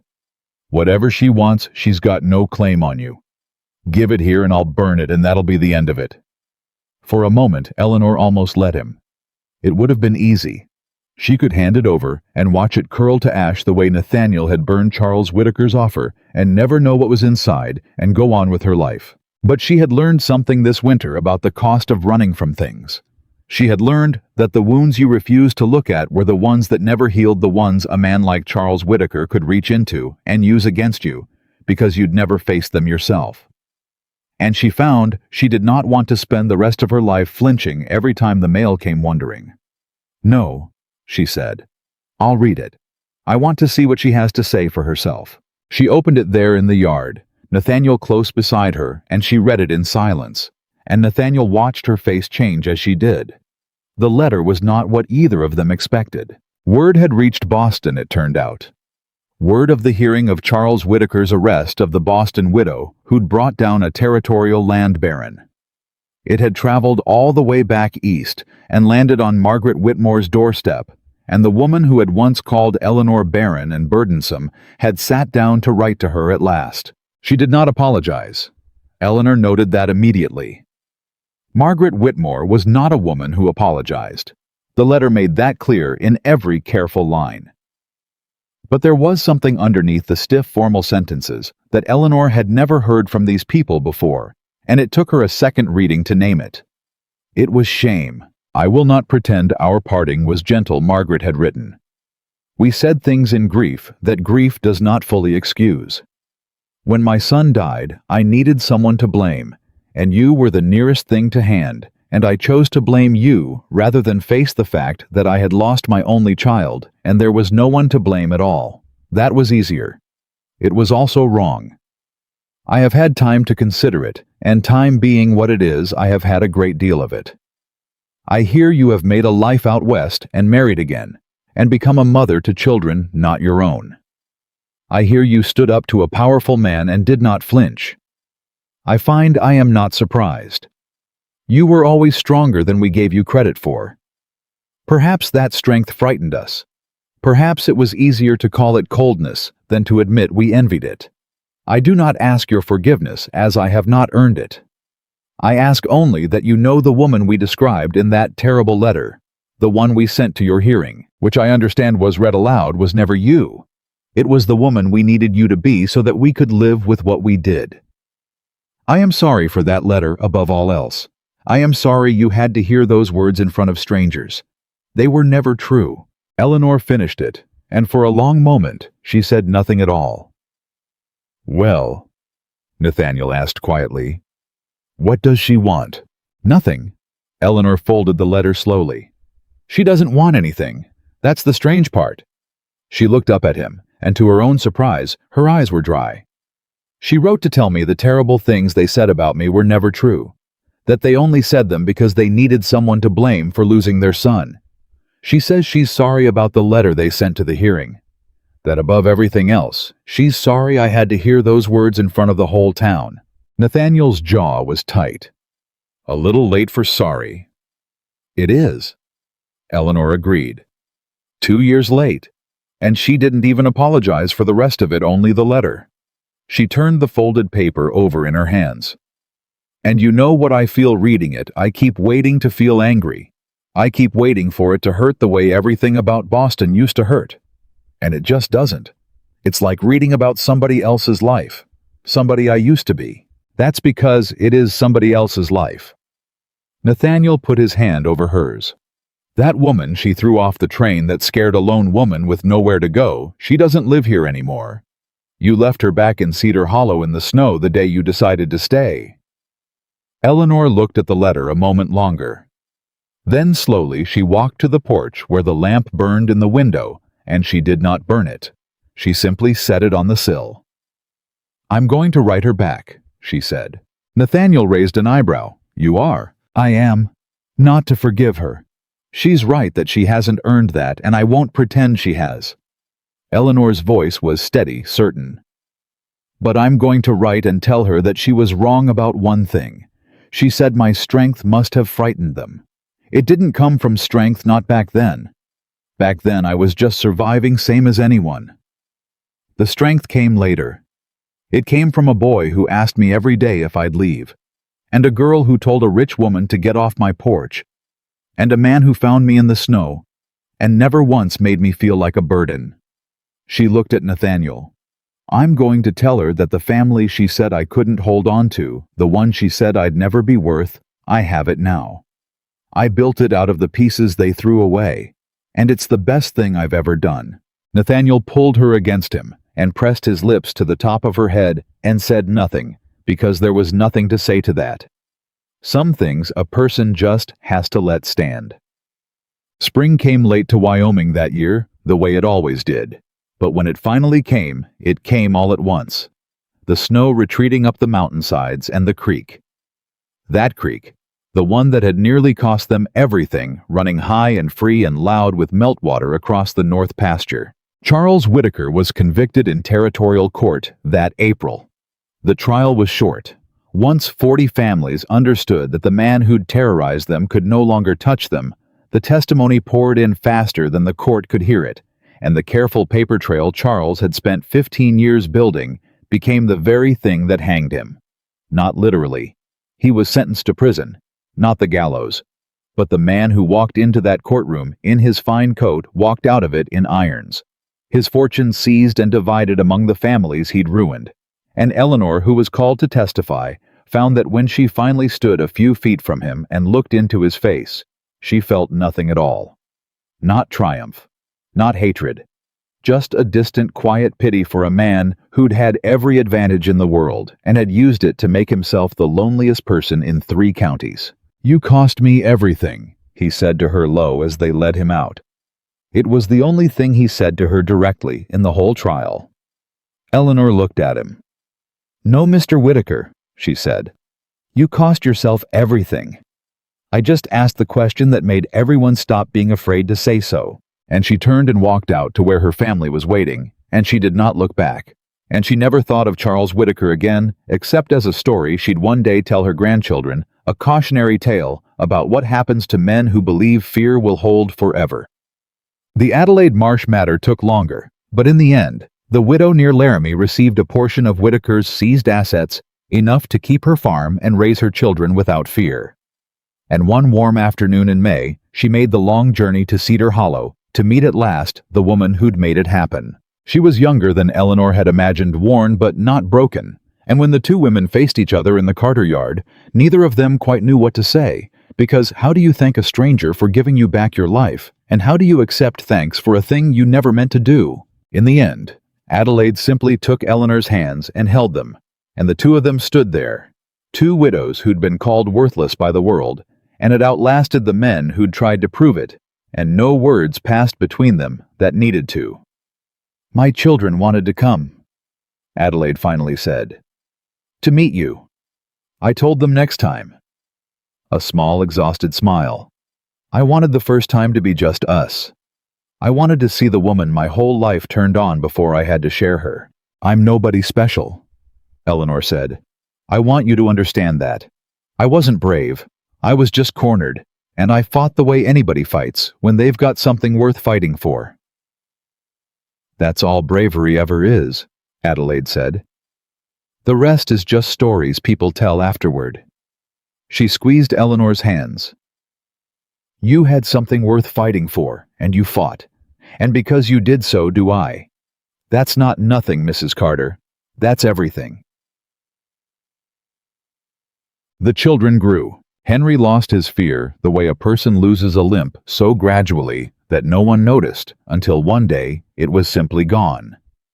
The boy who had once asked every stranger if they were going to leave became a boy who assumed with the easy confidence of the truly secure that everyone he loved would stay, because in his experience, now they always had. He stopped waking from nightmares. He started waking early instead. Tumbling downstairs to help Eleanor with the morning bread flour on his nose, chattering about everything and nothing, and Eleanor treasured every ordinary word of it. Clara grew up straight and strong and unafraid. The girl who had once carried the weight of being the little mother of the house set that weight down at last and let herself be a child. And then in time, let herself become something better than the grim, watchful creature grief had made of her. She grew fierce and funny and kind, quick to defend anyone she saw being treated unfairly, and Eleanor knew exactly where that came from, and never told her because some inheritances are best left unspoken. One evening late in the summer, Clara found Eleanor on the porch and sat down beside her. Nearly grown, now tall for her age, and was quiet for a while, in the way of a person working up to something. "I want to ask you something," she said finally. "And I want you to tell me the truth, even if it's a hard one." "Always," Eleanor said. "That first day, in town, when Papa found you in the snow?" Clara pulled her knees up. "If you'd known then everything that would happen, Whitaker, the hearing all of it, how hard it would be, would you still have gotten in the wagon?" Eleanor didn't answer right away. She looked out at the land, at the creek running silver in the distance, at the lamp glowing warm behind them in the window of a house that had once held nothing but grief. "When your father found me," she said slowly, "I had decided my life was over. Not that I wanted to die, just that I didn't see any way forward. Everyone I'd trusted had thrown me away. I was sitting in that snow thinking that a person could go from being someone's whole world to being nothing at all in the space of a few weeks, and that maybe that was all I was ever going to be. Nothing." She turned to look at the girl who had once refused to call her mother. "And then your father crouched down in the mud in front of me and offered me a job. And a week later a girl told me to my face I'd never be her mother." A soft smile. "And that same girl 3 weeks after that stood on this very porch and told a rich woman from Cheyenne that I was worth fighting for." Clara's eyes went bright. "So, you're asking me if I'd do it all again," Eleanor said, knowing how hard it was. Knowing about Whitaker and the hearing and Boston reaching across the whole country to hurt me one more time. She reached over and took the girl's hand. "Clara, I would do it 1,000 times. I would walk through 1,000 winters and sit in 1,000 snowbanks if the wagon at the end of them had you in it. Because everything they took from me in Boston, everything they said I'd never be worth having, I found it here. I found it in you, and in your brother, and in your father. They threw me away like I was nothing, and I turned out to be the luckiest woman in the whole territory, because being thrown away is what brought me home." Clara didn't say anything.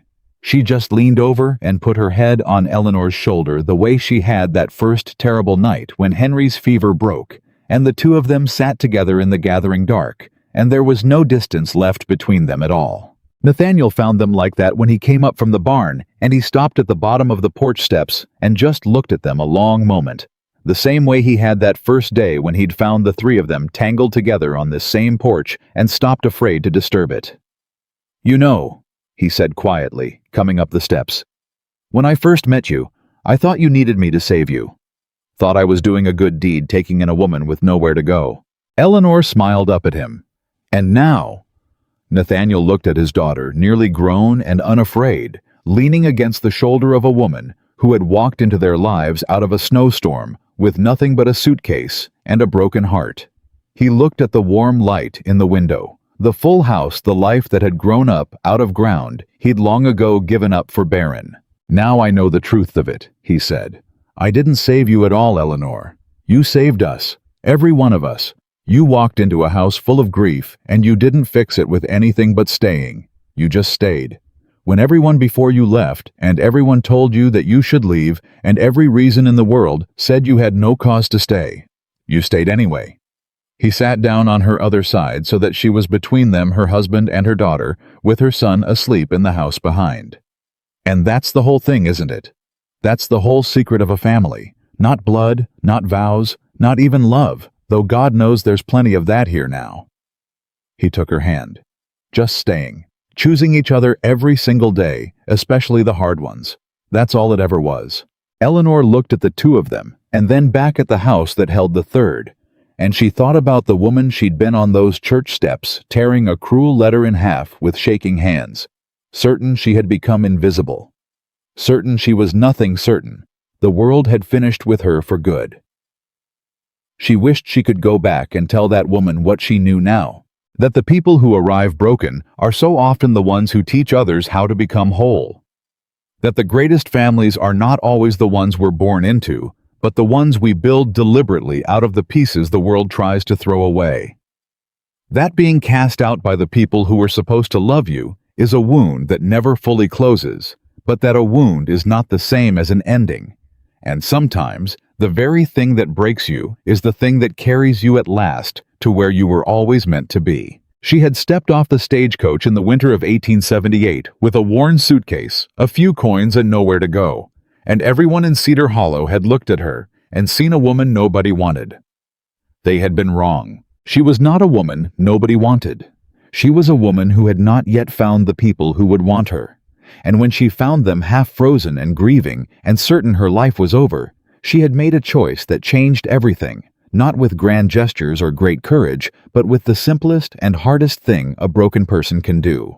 She had stayed, she had fought, and she had built out of two lonely strangers and their grief and her own a home that no one could ever take from her again, because she had not been given it, and she had not stumbled into it, and she had not married her way into it out of desperation. She had earned it day by staying when every reason in the world told her to go. And Eleanor Carter, who had once been told she was worth nothing, spent the rest of her long and love-filled life proving to anyone who ever doubted it that the most unwanted woman in Cedar Hollow had turned out to be the very heart of the family that saved a whole valley, and that no one, not Boston, not Charles Whitaker, not the whole cold world combined, would ever call her worthless again.